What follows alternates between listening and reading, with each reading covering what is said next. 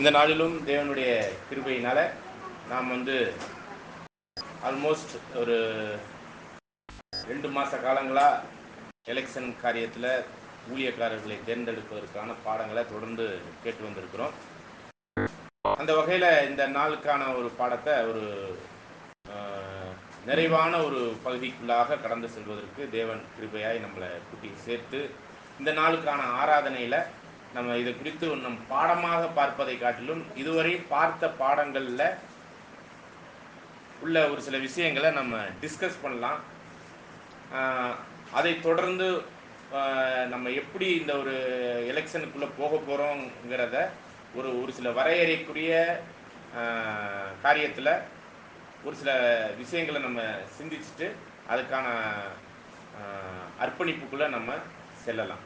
இப்போ உதாரணமாக ஊழியத்தின் காரியத்தில் எந்த மாதிரியான ஊழியர்களை நம்ம ஏற்படுத்தலாம் அப்படிங்கிற ஒரு விஷயம் இருக்குது. இந்த எலெக்ஷனை நடத்தி கொடுப்பதற்கான ஒரு ஒரு பொறுப்புள்ள ஒரு நபரை சேர்மேனாக ஏற்படுத்தி, சேர்பர்சன் சொல்லுவாங்க, அந்த சேர்மேனாக ஏற்படுத்தி அதை நடத்தி கொடுப்பதற்கு ஒரு முடிவுகளை எடுக்க வேண்டியிருக்கு. நம்ம ஆல்ரெடி இந்த ஒரு காரியத்தில் இந்த 2 மாத காலத்துக்கும் ஏறக்குறைய அந்த ஒரு பொறுப்பில் என்னைய நீங்கள் என்ன பண்ணியிருந்தீங்கன்னா அந்த ஒரு பொறுப்பில் நடத்தி கொடுப்பதற்கு அந்த சப்ஜெக்ட்ஸ் எல்லாம் ஆர்கனைஸ் பண்ணுவதற்கு என்ன அதில் செஞ்சுருந்தீங்க. அதனால் அந்த அடிப்படையில் நம்ம அநேகரை நம்ம பாடங்களுக்கு அனுப்பணும். எலெக்ஷனை பர்டிகுலராக நடத்தி கொடுப்பதற்கு ஒரு சேர்மேனை நம்ம நியமிக்க வேண்டிய ஒரு சூழ்நிலை இருக்குது. அப்படி சேர்மேனை நம்ம நியமித்து அந்த எலெக்ஷனுக்குள்ளே போகும்போது நாமினேஷன் பண்ண வேண்டியிருக்கு. அந்த நாமினேஷனை பற்றி காரியங்களை நம்ம டிஸ்கஸ் பண்ணலாம். அதுக்கப்புறம் எத்தனை எல்டர்ஸ் வேணும் நம்மளுக்கு, நம்மளுடைய சபையினுடைய ஊழியம் மற்றும் நம்ம ஏற்கனவே ஆரம்ப பாடத்தில் இதை குறித்து சிந்திக்கும் போது ஊழியங்கள் 2 வகையாக இருக்குது. ஒன்று சபைக்குள்ளே, இன்னொன்று எங்கே இருக்குது, உலகத்தில். சரிங்களா, அறுவடை பணி. அப்போ அந்த மாதிரியான ஊழியங்கள்லாம் செய்வதற்கு நம்மளுடைய சபைக்கு எத்தனை பேர் தேவை அப்படிங்கிற ஒரு எண்ணிக்கையை நம்ம முடிவெடுக்கக்கூடிய ஒரு சூழ்நிலைகள் இருக்குது.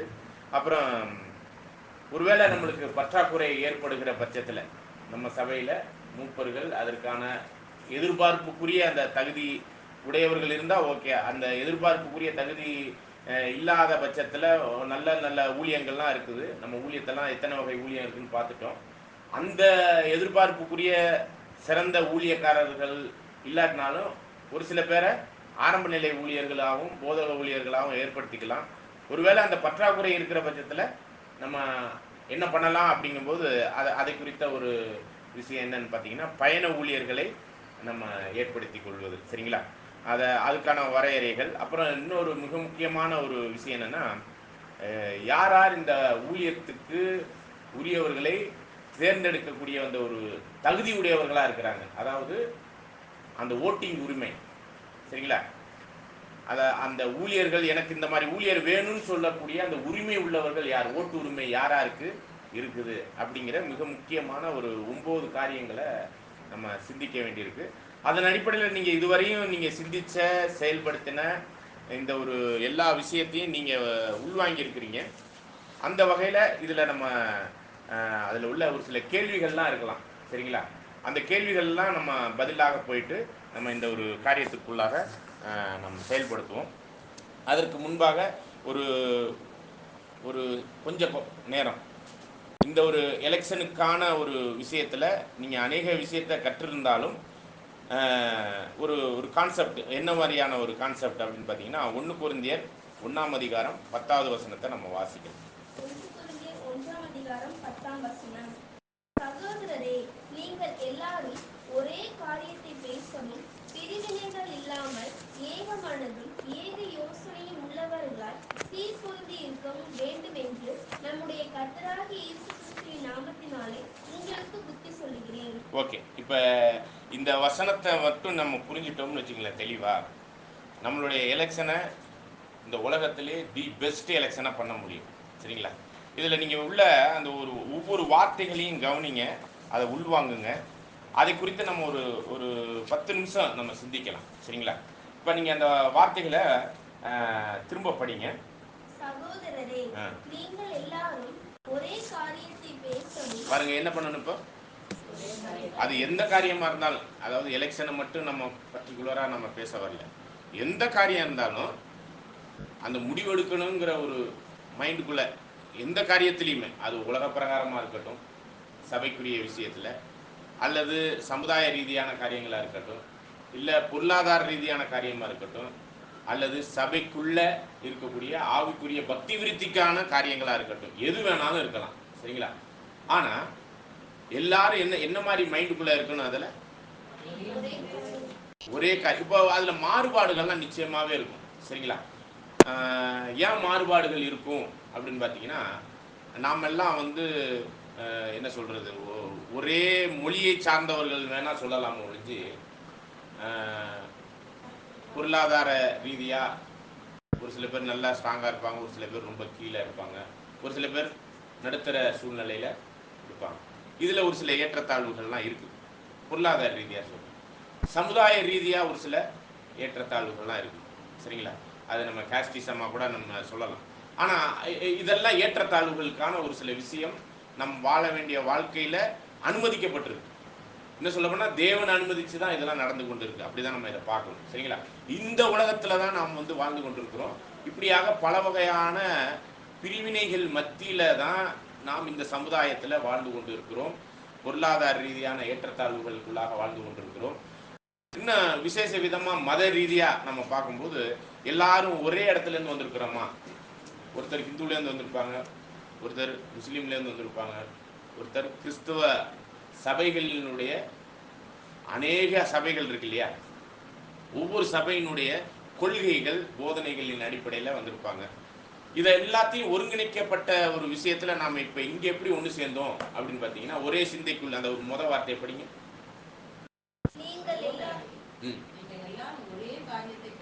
பாருங்க, ஒரே காரியத்தை பேசக்கூடிய ஒரு தன்மையில தான் இவ்வளோ ஏற்றத்தாழ்வுகள், இவ்வளோ பொருளாதார காரியங்களில் உள்ள இதில் காரியங்கள், மற்ற சமுதாயத்தில் உள்ளது இவ்வளோதான் இருக்கும் பொழுது, இன்னும் போதனை அடிப்படையில் ஏகப்பட்ட பிரிவினையான போதனைகள், மாறுபாடான போதனைகள் மத்தியில் நம்ம ஒன்றையே பேசக்கூடிய ஒரு விஷயம் ஒன்று இருக்குதுன்னா அது என்னதான்னு பார்த்தீங்கன்னா, பைபிளில் உள்ள வசனம் இல்லை, அந்த வசனத்தில் உள்ள சத்தியம்.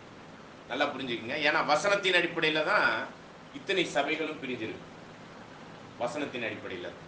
ஆனா அதுல உள்ள உண்மைத்தன்மை வாய்ந்த சத்தியம் என்ற ஒரே சத்தியம், அந்த ஒரே விசுவாசம், அந்த ஒரு விஷயத்துக்குள்ளாக தான் நாம் எல்லாம் பேசப்பட்டு கேட்கப்பட்டு ஒன் மைண்டுக்குள்ள வந்திருக்கணும். அப்ப அந்த வகையில நம்மளுடைய பழைய சூழ்நிலைகள் இருக்கு இல்லையா, நான் சொன்னேன்ல அந்த ஒரு லிஸ்ட், பொருளாதாரம், சமுதாயம், ஒவ்வொரு மத ரீதியான கொள்கைகள், கிறிஸ்துவ வேறுபாடான போதனைகள், இவைகள்லாம் நம்ம மைண்டை விட்டு ஃபுல்லா வெளியே போயிடுச்சா? ஃபுல்லா வெளியே போயிடுச்சான்னு கேட்குறேன்.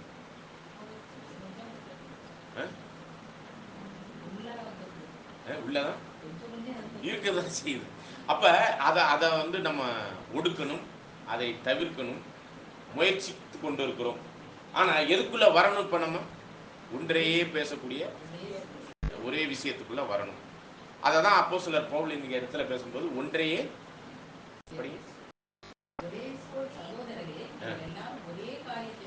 ஒரே காரியத்தை பேசுவோம். இப்ப அந்த வகையில நம்மளுடைய விசுவாசத்துல ஆல்மோஸ்ட் நம்ம ஒரே காரியத்தை பேச ஆரம்பிச்சிட்டோமா?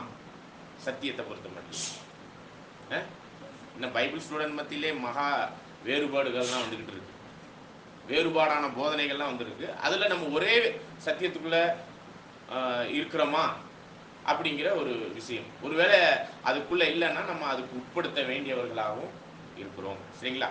ஓகே. இப்போ நம்ம இப்போ ஒருவேளை நம்மளுக்கு அதுக்கு மாறுபாடான ஒரு சிந்தை இருக்கும் நம்மளுக்கு. நம்ம அதனால தான் நம்ம அடிக்கடி ஒரு விஷயத்தை நம்ம வலியுறுத்துகிறோம். பைபிளை எல்லாரும் நேரடியாக படிக்கும்பொழுது புரிஞ்சிருச்சான்னா நிறைய விஷயம் புரியலை. அதை புரிந்து கொள்வதற்கு ஏதுவான சத்தியங்கள் எங்கேருந்து கிடைக்குது அப்படின்னு பார்த்தீங்கன்னா, வால்யூம்லேருந்து 6 வால்யூம்லேருந்து நம்மளுக்கு கிடைக்குது. அதை பைபிள் ரீதியாக கரெக்டாக இருக்கான்னு நம்ம புரிந்து கொள்ளணும். அது பைபிள் வால்யூம் ரீப்ரிண்ட் சொல்லிட்டுச்சுங்கிறதுக்காக நம்ம ஏற்றுக்கொள்ளக்கூடிய ஒரு தன்மையே இருந்துடக்கூடாது. அது வந்து என்ன ஆயிரும்னா ஒரு ஒரு குரூப்பிசம் மாதிரி ஆயிரும். அது நம்ம புரிந்து கொள்கிற அளவுக்கான போதனைகளை நாம் புரிந்து கொண்டோமா அப்படிங்கும்போது தான் 1916 பற்றி நம்ம அடிக்கடி பேசியிருக்கணும். 14 அல்ல, 16. 16 வரையும் உள்ள எழுதப்பட்ட சத்தியங்கள் தான் நம்மளுக்கு கொடுக்கப்பட்ட சத்தியத்தில் ஓரளவுக்கு மாறுபாடு இல்லாத ஒன் ஸ்பிரிட்டுக்குள்ள ஒரே சத்தியத்துக்குள்ள கொண்டாடக்கூடிய ஒரு விஷயமாக நம்ம பார்க்க முடியும். சரிங்களா? இப்போ அந்த அந்த 1916 ஏன் இவ்வளோ பின்னாடி போறீங்க அப்படின்னு கூட உங்களுக்குள்ள கேள்வி இருக்கலாம். அதுக்கப்புறம் வந்திருக்கிற அநேக சத்தியங்கள் மாறுபாடு உள்ளதாக வேதமானவர்கள் மத்தியிலே இருப்பதனால தான் நம்ம அந்த ஒரு பாயிண்ட்டுக்குள்ள போறோம். சரிங்களா? ஓகே. இப்போ அந்த ஒன்றையே என்ன பண்ணணும்? நீங்கள் எல்லாரும் ஒரே காரியத்தை ஒன்றே காரியத்தை நீங்க என்ன பண்ணுங்க? பேசணும். சரிங்களா? அடுத்தது பிரிவினைகள் இல்லாமல். அப்ப பிரிவினைகள் எது எதுலன்னு நான் ஏற்கனவே சொல்லிட்டேன். என்னென்ன வகையில பிரிவினைகள்லாம் இருக்கு, நம்ம சிந்தனைகள்லாம் உலக பிரகாரமான விஷயத்துல என்னென்ன ஆசை இச்சைகளோடு இருக்குது, ஏற்றத்தாழ்வுகள், பொருளாதாரம், போதனை, இதெல்லாம் பிரிவினைகளுக்கான காரணங்கள். சரிங்களா? நான் பவுலை சார்ந்தவன், அப்பளை சார்ந்தவன். இது வந்து பேர் கிறிஸ்தவ மார்க்கத்தில் இல்லை. இப்போ எங்க இருக்கு? இப்போ எங்க இருக்கு? பைபிள் ஸ்டூடெண்ட்டுக்குள்ள இருக்குது. சரிங்களா? அப்ப அந்த ஒரு பிரிவினைகள் இல்லாமல் அப்படின்னு சொல்லி நம்ம பார்க்கிறோம். ஓகே, தொடர்ந்து வாசிங்க. ஏக மனது. சரிங்களா? இப்ப நம்ம பாடத்தினுடைய தலைப்பு கூட என்னன்னு பார்த்தீங்கன்னா ஏக மனது. சரிங்களா? ஏக மனதுன்னா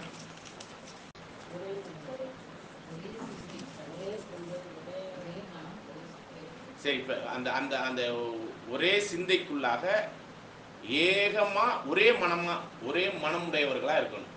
என்னதான் மாறுபாடுகள் இருந்தாலும் எடுக்கப்பட முடிவுல எந்த ஒரு விஷயத்திலும் ஏகமா, ஒரு வேலைக்கு அது சகோதரருக்கு பிடிக்காம இருக்கலாம்,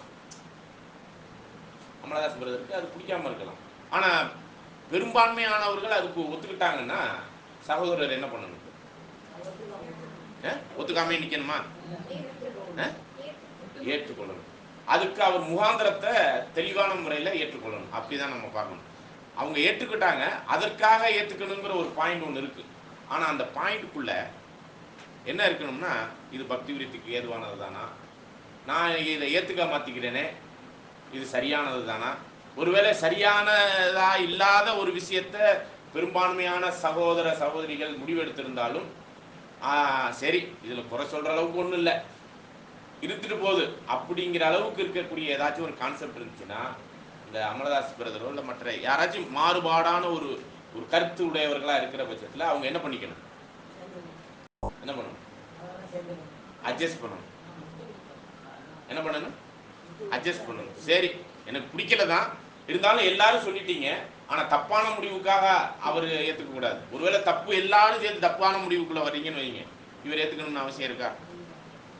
ஒரு தவறான முடிவு அப்படிப்பட்ட ஒரு விஷயத்துல உதாரணமா பார்த்தீங்கன்னா, உதாரணத்துக்கு சொல்றேன், ஒரு நியூ கிரியேஷன், அதாவது நியூ ஜெனரேஷன் பைபிள் ஸ்டூடெண்ட் சொல்லிட்டு ஒரு 7-8 வருஷத்துக்கு முன்னாடி ஒரு குரூப் பைபிள் ஸ்டூடெண்ட்லேருந்து பிரிஞ்சு போனாங்க, செயல்பட்டாங்க. அவங்க வால்யூம் ரீப்ரிண்ட்ஸ் இந்த மாதிரியான விஷயத்துக்கு அந்த அளவுக்கு உடன்பாடு இல்லாட்டினாலும் ஏதோ சம்திங் அப்படிங்கிற மாதிரி இருந்தாலும், நாங்கள் இந்த இந்த கலாச்சாரத்துக்கு, இந்த புதிய கலாச்சாரம் இருக்கு இல்லையா, இந்த உலகளாவிய கலாச்சாரம், அதற்கு ஒத்தவர்களாய் நாங்கள் வந்து நியூ ஜெனரேஷன், இந்த ஜெனரேஷனுக்கு தகுந்த மாதிரியான ஒரு வேதமானவர்கள். இப்போ ஒரு 100 வருஷத்துக்கு முன்னாடிலாம் மொபைல் இருந்துச்சா? இல்லை டெக்னிக்கலாக பார்க்கும்போது மீடியாவுடைய மற்ற ஏனைய விஷயங்கள்லாம் எதுவுமே இப்போ இருக்கிற நிலைமையில அந்த அளவுக்கு ஃபாஸ்ட்டாக ரீச் ஆகக்கூடிய ஒரு சில விஷயங்கள்லாம் இல்லை. அப்போ இப்போ அதுக்கு தகுந்த மாதிரி நாங்கள் வந்து என்ன பண்ண போகிறோம் அப்படின்னா, அந்த நியூ ஜெனரேஷன் அப்படிங்கிற அந்த ஒரு பைபிள் ஸ்டூடெண்ட் என்னெல்லாம் முடிவு எடுத்துக்கிட்டாங்கன்னா, படம்லாம் போய் பார்த்துக்கலாம், எல்லாம் ஒன்றா சேர்ந்து போய் சபையாக போய் கூட சேர்ந்து போய் என்ன பண்ணுவோம், இது இந்த காலத்துக்கு தகுந்த மாதிரி நாங்கள் புதிய சந்ததிக்குரிய வேதமானவர்கள் அப்படின்னு அத்தனை பேரும் நீங்கள் முடிவு எடுக்கிறீங்க. அதில் வந்து அமலதாஸ் பிரதர் இல்லை, இது தவறுன்னு ஒரு முடிவு எடுக்கிறாருன்னு வைங்க, மற்றவங்கெல்லாம் ஒன்று அப்படின்னு வச்சுக்கோங்க அந்த ஒரு காரியத்தில். இப்போ அவரை அட்ஜஸ்ட் பண்ணணுமா?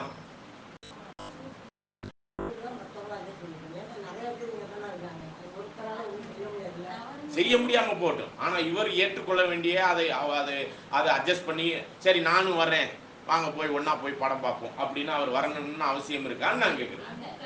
அப்ப அதை தான் நீங்க எது கரெக்டு, நீதியின்படி எது கரெக்டுங்கிறதுல அவர் 100% ஏக மனதுக்குள்ள கொண்டாடுறதுக்காக ஒரு தவறான விஷயத்தை அவர்கிட்ட புகுத்து நீங்க வந்தே ஆகணும்னு அவரை சொல்ல முடியுமான்னு அப்ப நீதியான காரியத்துல நீங்க அத்தனை பேருமே போராடுனா அவர் ஒரு சில அதுல ஏதோ ஒரு சம்திங் மாறுபாடு அவர் வச்சிருக்கிறாருன்னா அவர் அட்ஜஸ்ட் பண்ணலாம் நீதிக்காக. சரிங்களா? சரி போயிட்டு போகுது, நம்ம அட்ஜஸ்ட் பண்ணுவோம் அப்படின்னு. சரிங்களா? அப்ப எந்த மாதிரி காரியத்திற்கு அவர் நீதியான காரியத்திற்கு அட்ஜஸ்ட் பண்ணலாம் அப்படிங்கிறதுக்கு என்ன மாதிரி வச்சுக்கலாம்? அதாவது நீங்க நீதியா இருக்கிறீங்க, ஆனா அந்த நீதியே இவர் வந்து இன்னும் தேவைப்படுது, இது இன்னும் சரியில்லை அப்படிங்கிற மாதிரி அவர் குறை சொல்ற அளவுக்கு இருக்குதுன்னு வச்சுக்குவோம். அது மாதிரி என்ன காரியத்தை நம்ம எடுத்துக்கலாம்? புரியுதுங்களா? இப்ப அவர் குறை சொல்ற ஒரு விஷயத்த நீங்க மெஜாரிட்டி 99% மாணவர்கள் கூட நீங்க அதை அது வந்து ஒரு நீதியில ஒரு ஒரு பாட்டு தான் இருக்கும். அதுல இன்னும் நீதி ஆகணுங்கிறதுக்காக இவர் போராடுறாரு, ஒரே ஒருத்தர் போராடுறாரு. இப்ப நீங்க என்ன பண்ணணும்? அந்த 99% மாணவரும் இந்த ஒருத்தர் பக்கமா வர்றதா, இல்ல அவரை வந்து உங்க பக்கம் இழுக்கிறதா? போகணும். ஆனா ஒரு சில சூழ்நிலைகள் போக முடியாத பட்சத்துல இவரும் அட்ஜஸ்ட் பண்ணி உங்க பக்கம் வரலாம். இவரும் அட்ஜஸ்ட் பண்ணி, உதாரணத்துக்கு சொல்றேன் பாருங்க, வாங்க நம்ம எல்லாம் போய் என்ன பண்ணலாம், திருவையாறுல அறுவடை பணி பண்ணுவோம் அப்படின்னு சொன்னாக்க, அதுக்கு யார் யார் ஒத்துக்கிறீங்க அப்படின்னு கேட்டாக்க யார் சொல்லுவா ஒத்துக்கிறதுக்கு? எல்லாருக்கும் ஓகேயா? எல்லாரும் வந்துருவீங்களா? மெயினா இதை பத்தி பேச போறவங்களே யாரா இருக்கு? கண்டியூர் பக்கத்துல உள்ளவங்க தான் பேசுவாங்க. ஆமாவா இல்லையா? கண்டியூர் பக்கம் யாரு இருக்கா? அவங்க அவங்க குடும்பம் தான் இருக்கு. இப்ப நீங்க எல்லாம் அங்க போய் அந்த ஊழியத்தை செய்யறதுக்கு உடன்பட்டு வாரம் வாரம் போகணும்னு வருவீங்களா? சந்தர்ப்பம் கிடைக்கும், வாய்ப்பு கிடைக்கும் போதுதான் வருவீங்க. இந்த விஷயத்துல நீங்க அண்டர்ஸ்டாண்ட் பண்ணுங்க. எதை வந்து நம்ம வந்து நீதியை நிலைநாட்டுவதற்கான ஒரு விஷயத்துல ஒரு ஊழியம் நடக்குது, உங்களால சப்போர்ட் பண்றதுக்கு அந்த அளவுக்கு முடியல, ஆனா எங்களால கூடுமான மட்டும் முயற்சி பண்றோம்னு சொல்லிட்டு நீங்க என்ன பண்ணலாம்? அதற்கு நீங்க எல்லாம் சேர்ந்து என்ன பண்ணலாம்? சப்போர்ட் பண்ணலாம். அதுதான் ஏக மனதுக்குள்ள கொண்டாடுற ஒரு விஷயம். அதுக்கு பதிலா ஆமா கண்டியூருக்குள்ள போய் பண்றாங்க, நான்லாம் வரவே முடியாது, இந்த நெகட்டிவ் தாட்டை கொண்டாடலாமா? இது ஒரு நெகட்டிவ் தாட். ஆமாவா இல்லைங்களா? நான் வர முடியாதுங்கிறது நெகட்டிவ் தாட். ஆனா இதை நீங்க எப்படி சொல்லலாம்? கூடுமான மட்டும் நான் முயற்சி பண்றேன், வர்றேன்னு சொல்லலாம். முடிஞ்சு அந்த அந்த ஊழியத்தை தடை பண்ற அளவுக்கு ஒரு அதுதான் இருக்கக்கூடாது. அதுக்கு என்ன பண்ணிடலாம்னா, என்னால முடியல, ஆனா மற்றவங்க முயற்சி எடுக்கிறாங்க, நம்மளால சப்போர்ட் பண்ண முடியலாட்டாலும் அதுக்கு ஆதரவு தெரிவிக்கணும். சரிங்களா? அதுக்கு என்ன பண்ணணும்? நம்ம ஆதரவு தெரிவிக்கணும். இதை தான் நீங்க இந்த ஏக மனதுல நீங்க கொண்டாட போறீங்க. இது எதுக்காக இப்படி கொண்ட பேசிக்கிட்டு இருக்கிறோம்னா, இந்த எலெக்ஷன் கான்செப்ட்லயும் இப்படிதான் விஷயங்கள் இருக்கு. ஒருவேளை இந்த இந்த ஏக மனதுல நீங்க எலெக்ஷன் பண்ணலன்னா உங்களுக்குள்ள குரூப்பிசம் வரும். இதுவரை உங்களுக்கு எடுக்கப்பட்ட பாடங்கள் மேக்சிமம் எப்படி இருந்திருக்கும்னா 75% என்னன்னு சொல்லியிருப்பாங்க. 75% என்னது? ஓட்டு இருந்தா என்னது? அவங்கள தேர்வு செய்யலாம். சரி, அப்படின்னு பைபிள்ல இருக்கா? சரி, டிஃபரன்ஸ் வால்யூமை பத்தி சொல்றாங்க. ஓகே, அறுதியான பெரும்பான்மை 75 தான் இருந்தா மூப்பர் ஆகலாமா, இல்லைன்னா கீழே கூட குறைஞ்சி வர்றவங்களையும் ஆக்கலாமா? எவ்வளவு வரையும் ஆக்க முடியும்? அந்த மெஜாரிட்டி எந்த சதவீதம் வரையும் நம்ம ஃபிக்ஸ் பண்ணலாம்? 85 80 தான். அதுக்கு கீழே மேலேயே போகக்கூடாதா? கீழே வரக்கூடாது. 75க்கு கீழே வரவே கூடாது. அப்படியா?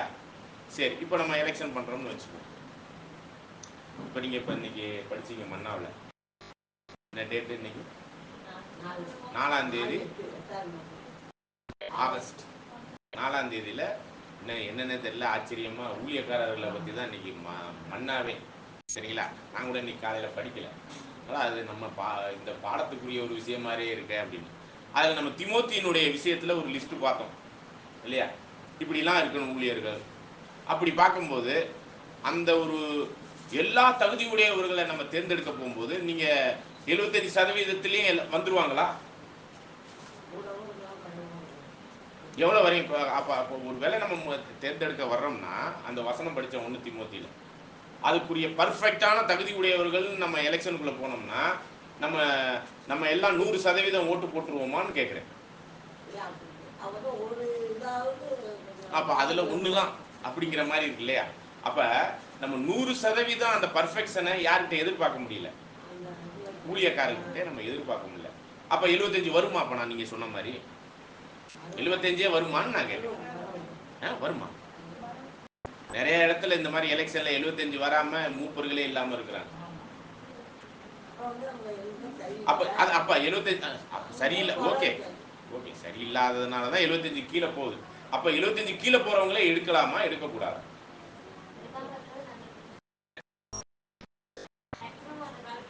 சரி, எதுவரையும் நம்ம எடுக்கலாம் அப்படின்னா 75 நீங்க சொல்ல வர்றீங்க.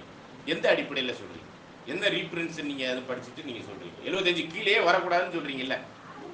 எந்த வகையில நீங்க அதை சொல்றீங்க? அது ரைட்டு தான். அதனால தான் நீங்க 75 சொல்றீங்க. இப்ப ஒன்றும் இல்லை, நம்ம கவர்மெண்ட்ல பரீட்சையெல்லாம் வைக்கிறாங்க. 10th பப்ளிக்கு, 11th 12th பப்ளிக்கு, காலேஜ் எல்லாமே வந்து மார்க் லிஸ்டோட வருதா?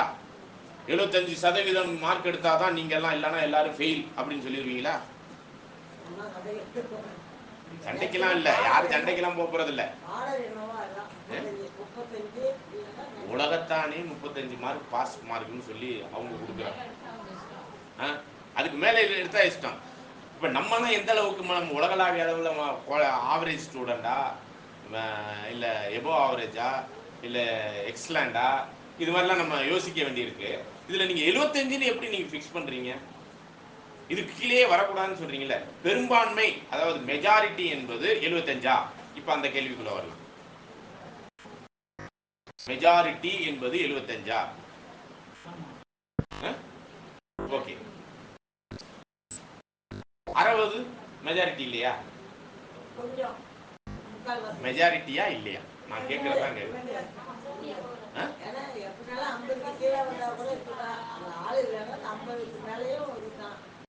நல்ல நல்லா கவனிச்சு சொல்லுங்க. 60ங்கிறது மெஜாரிட்டியா இல்லையா? மெஜாரிட்டி தான். 50 நல்லா கவனிங்க. 50 மெஜாரிட்டியா? 50, அதாவது 50 பேர் ஓட்டு போட்டுருக்கீங்க, 50 பேர் ஒரு விஷயத்துக்கு ஒத்துக்கல, அது வந்து மெஜாரிட்டியா? அது வந்து சமமா போராடிக்கிட்டு இருக்கு, அதுல மெஜாரிட்டி வரல, சமநிலைக்கு வரல. அதாவது நான் என்ன சொல்றேன்னா, பாதி பேர் ஏத்துக்கிறீங்க, பாதி பேர் ஈக்குவலா ஏத்துக்கலன்னா அப்ப அதுல வந்து மெஜாரிட்டி இருக்கான்னு கேட்டா, 50 பேர் ஓட்டு போட்டுருக்கீங்க, மொத்தம் இருக்கிற 100 பேர்ல 50 பேர் ஒரு காரியத்தை ஒத்துக்கிறீங்க, 50 பேர் என்ன பண்ணல, ஒத்துக்கலைங்கிறது அது மெஜாரிட்டி இல்லை. அப்ப பேசிக்கா மெஜாரிட்டினா எத்தனை சதவீதத்தில் வைக்கலாம்? பேசிக் அடிப்படையில் இப்போ 60 வரையும் ஒத்துக்கிட்டீங்க இல்லையா? மெஜாரிட்டிங்கிறது அது உலகளாவிய அளவில் எல்லாருமே அது கணக்கு போட்டோம்னா 60ங்கிறது மெஜாரிட்டி தான். அடிப்படையில் எது பேசிக்கான மெஜாரிட்டின்னு கேட்குறேன். 50 இல்லை, 55ஆ? 50க்கு மேலே. 50க்கு மேலன்னா ஒரே ஒரு பெர்சன்டேஜ் எடுத்துக்கிட்டு போடுவோம். இங்கிட்ட 50, இங்கிட்ட 50, இதுல உள்ள ஒரு பெர்சன்டேஜ் எடுத்து இங்கிட்டு போடுவோம். எங்கிட்டு போடுவோம்? இங்கிட்ட 51 ஆயிரம், இங்கிட்டு இல்ல, இங்கிட்டு 49, இங்க 51.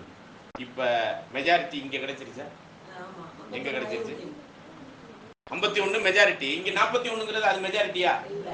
அப்ப அது சிறுபான்மை ஆயிடுச்சு. அது 1 2 3 49 வரை உள்ளது எல்லாமே மைனாரிட்டி. 50 இருந்துச்சுன்னா அது வந்து சமமா இருக்குது. 51% வந்துட்டாலே அது என்னதான்? மெஜாரிட்டி தான். இப்ப சொல்லுங்க, ஒரு ஊழியத்துக்காகவோ ஒரு முடிவெடுக்கிறதுக்காகவோ, இப்போ உதாரணமா நம்ம சொன்னோம் இல்லையா, திருவையாறுல ஒரு ஊழியம் பண்ணுவோங்கிறதுக்கு 51% ஒத்துக்கொண்டால் அந்த ஊழியத்தை செய்யலாமா வேணாம்? மற்ற இருக்கிற 49 பேர் ஏத்துக்கலங்க, அவங்கள என்ன பண்ண வேண்டியிருக்கு? 51 பேருடைய ஒத்துழைப்பு இருக்கு. இந்த 49 பேரையும் நீங்களும் கொஞ்சம் சப்போர்ட் பண்ணுங்க, முடிஞ்ச வரையும் இது பண்ணுங்கன்னு சொல்லி அவங்களை கொண்டாட முடியும் இல்லையா? ஆனா 50க்கு 50 இருந்துச்சுன்னா அது போராட்டம் தான். ஆனா ஒரு மெஜாரிட்டின்னு பார்க்கும்போது 51 என்னதான் இருக்குது?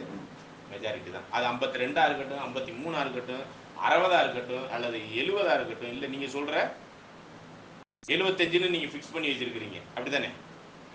75ன்னு ஃபிக்ஸ் பண்ணி வச்சிருக்கிறீங்க, அது ஒரு மெஜாரிட்டி தான். 51 மெஜாரிட்டி தான். அறுதி பெரும்பான்மைன்னு வச்சுக்கோங்க. என்னது சொல்றாங்களா? அறுதி பெரும்பான்மை. அப்ப ஜஸ்ட் பாஸுக்கான ஒரு விஷயத்துல மெஜாரிட்டியில அறுதி மைனர் மெஜாரிட்டின்னு பார்க்க போனோம்னா 51% தகுதியானது தான். சரிங்களா? 51% என்னங்க தகுதியானது தான். சரிங்களா? அப்ப அதிகப்படியான மெஜாரிட்டி எவ்வளவு? இதுல 100% வரை பார்க்கும்போது 100 விட்டுருங்க. 100ங்கிறது ஏகமனது, ஒன்றையே சிந்திக்கக்கூடியது.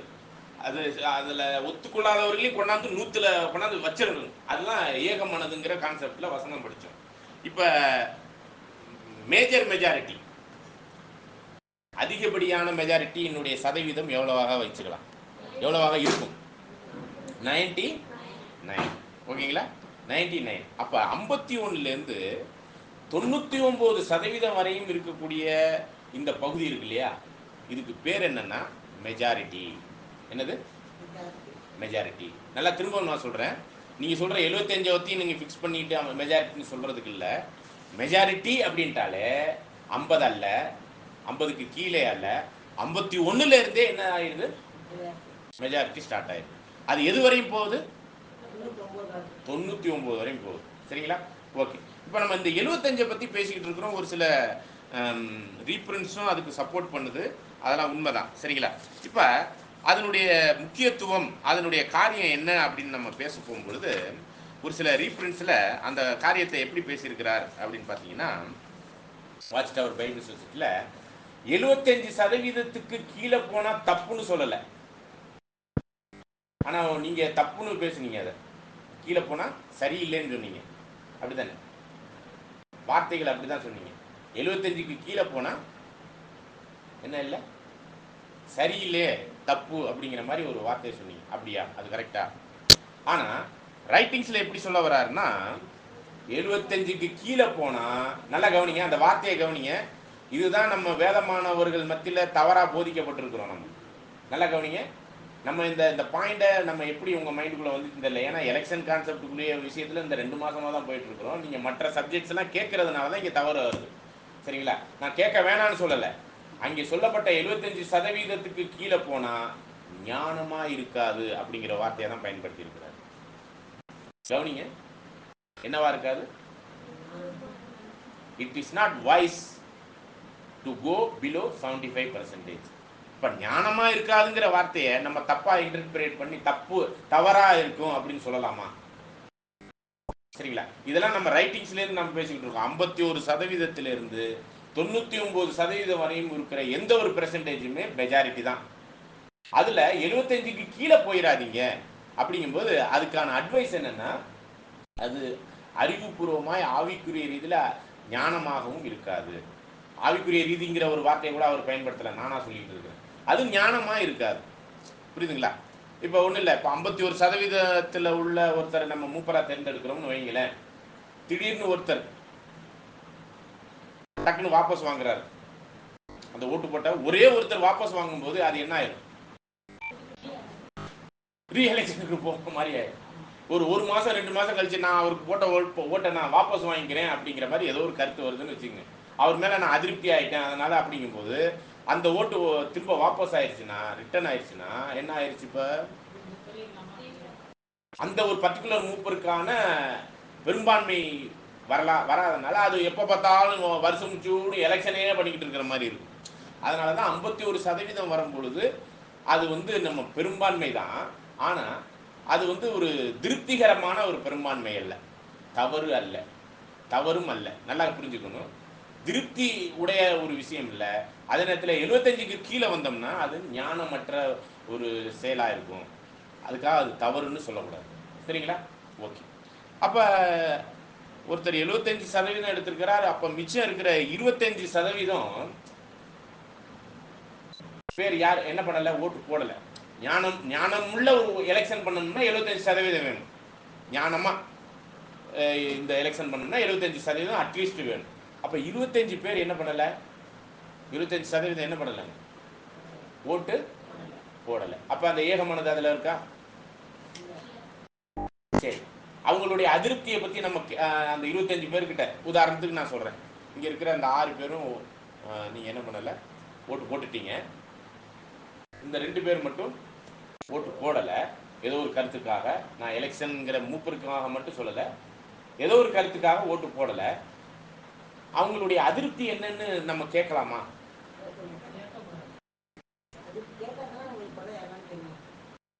நீங்க சொல்றீங்க கேட்கக்கூடாது. கேட்டாதானே என்னன்னு தெரியும். ஒருவேளை இந்த 6 பேர் நீங்க தப்பான முடிவு எடுத்திருந்தீங்கன்னா, நீங்க ரைட்டான முடிவு எடுத்திருந்தீங்கன்னா, இந்த ரைட்டான முடிவு கேட்டாதானே நீங்க சொல்ல முடியும். சொன்னாதானே அவங்க புரிஞ்சுக்கிட்டு உங்களுக்கு உங்க பக்கத்து சப்போர்ட் வருவாங்க. கேட்கணுமா கேட்கக்கூடாது? கண்டிப்பா கேட்கணும். அவங்க ஏன் கேட்கக்கூடாதுன்னு சொன்னாங்க?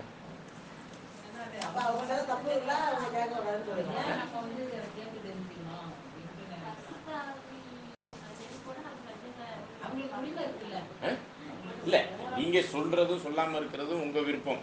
ஆனா நீங்க கேட்கக்கூடாதுன்னு சொல்லிட்டாங்கல்ல, நான் உங்கள்கிட்ட கேட்கல பதில், இவங்கள்ட்ட கேட்கிறேன்.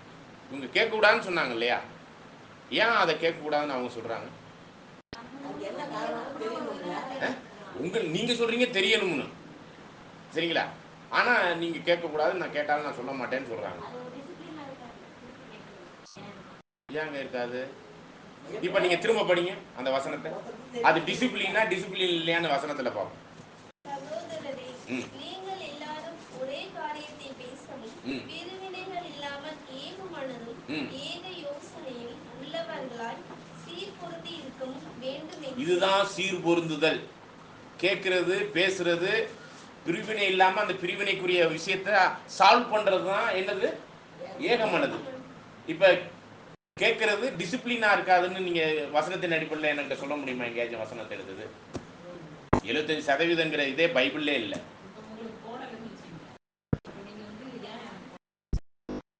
அதை தான் நான் கேட்கிறேன்.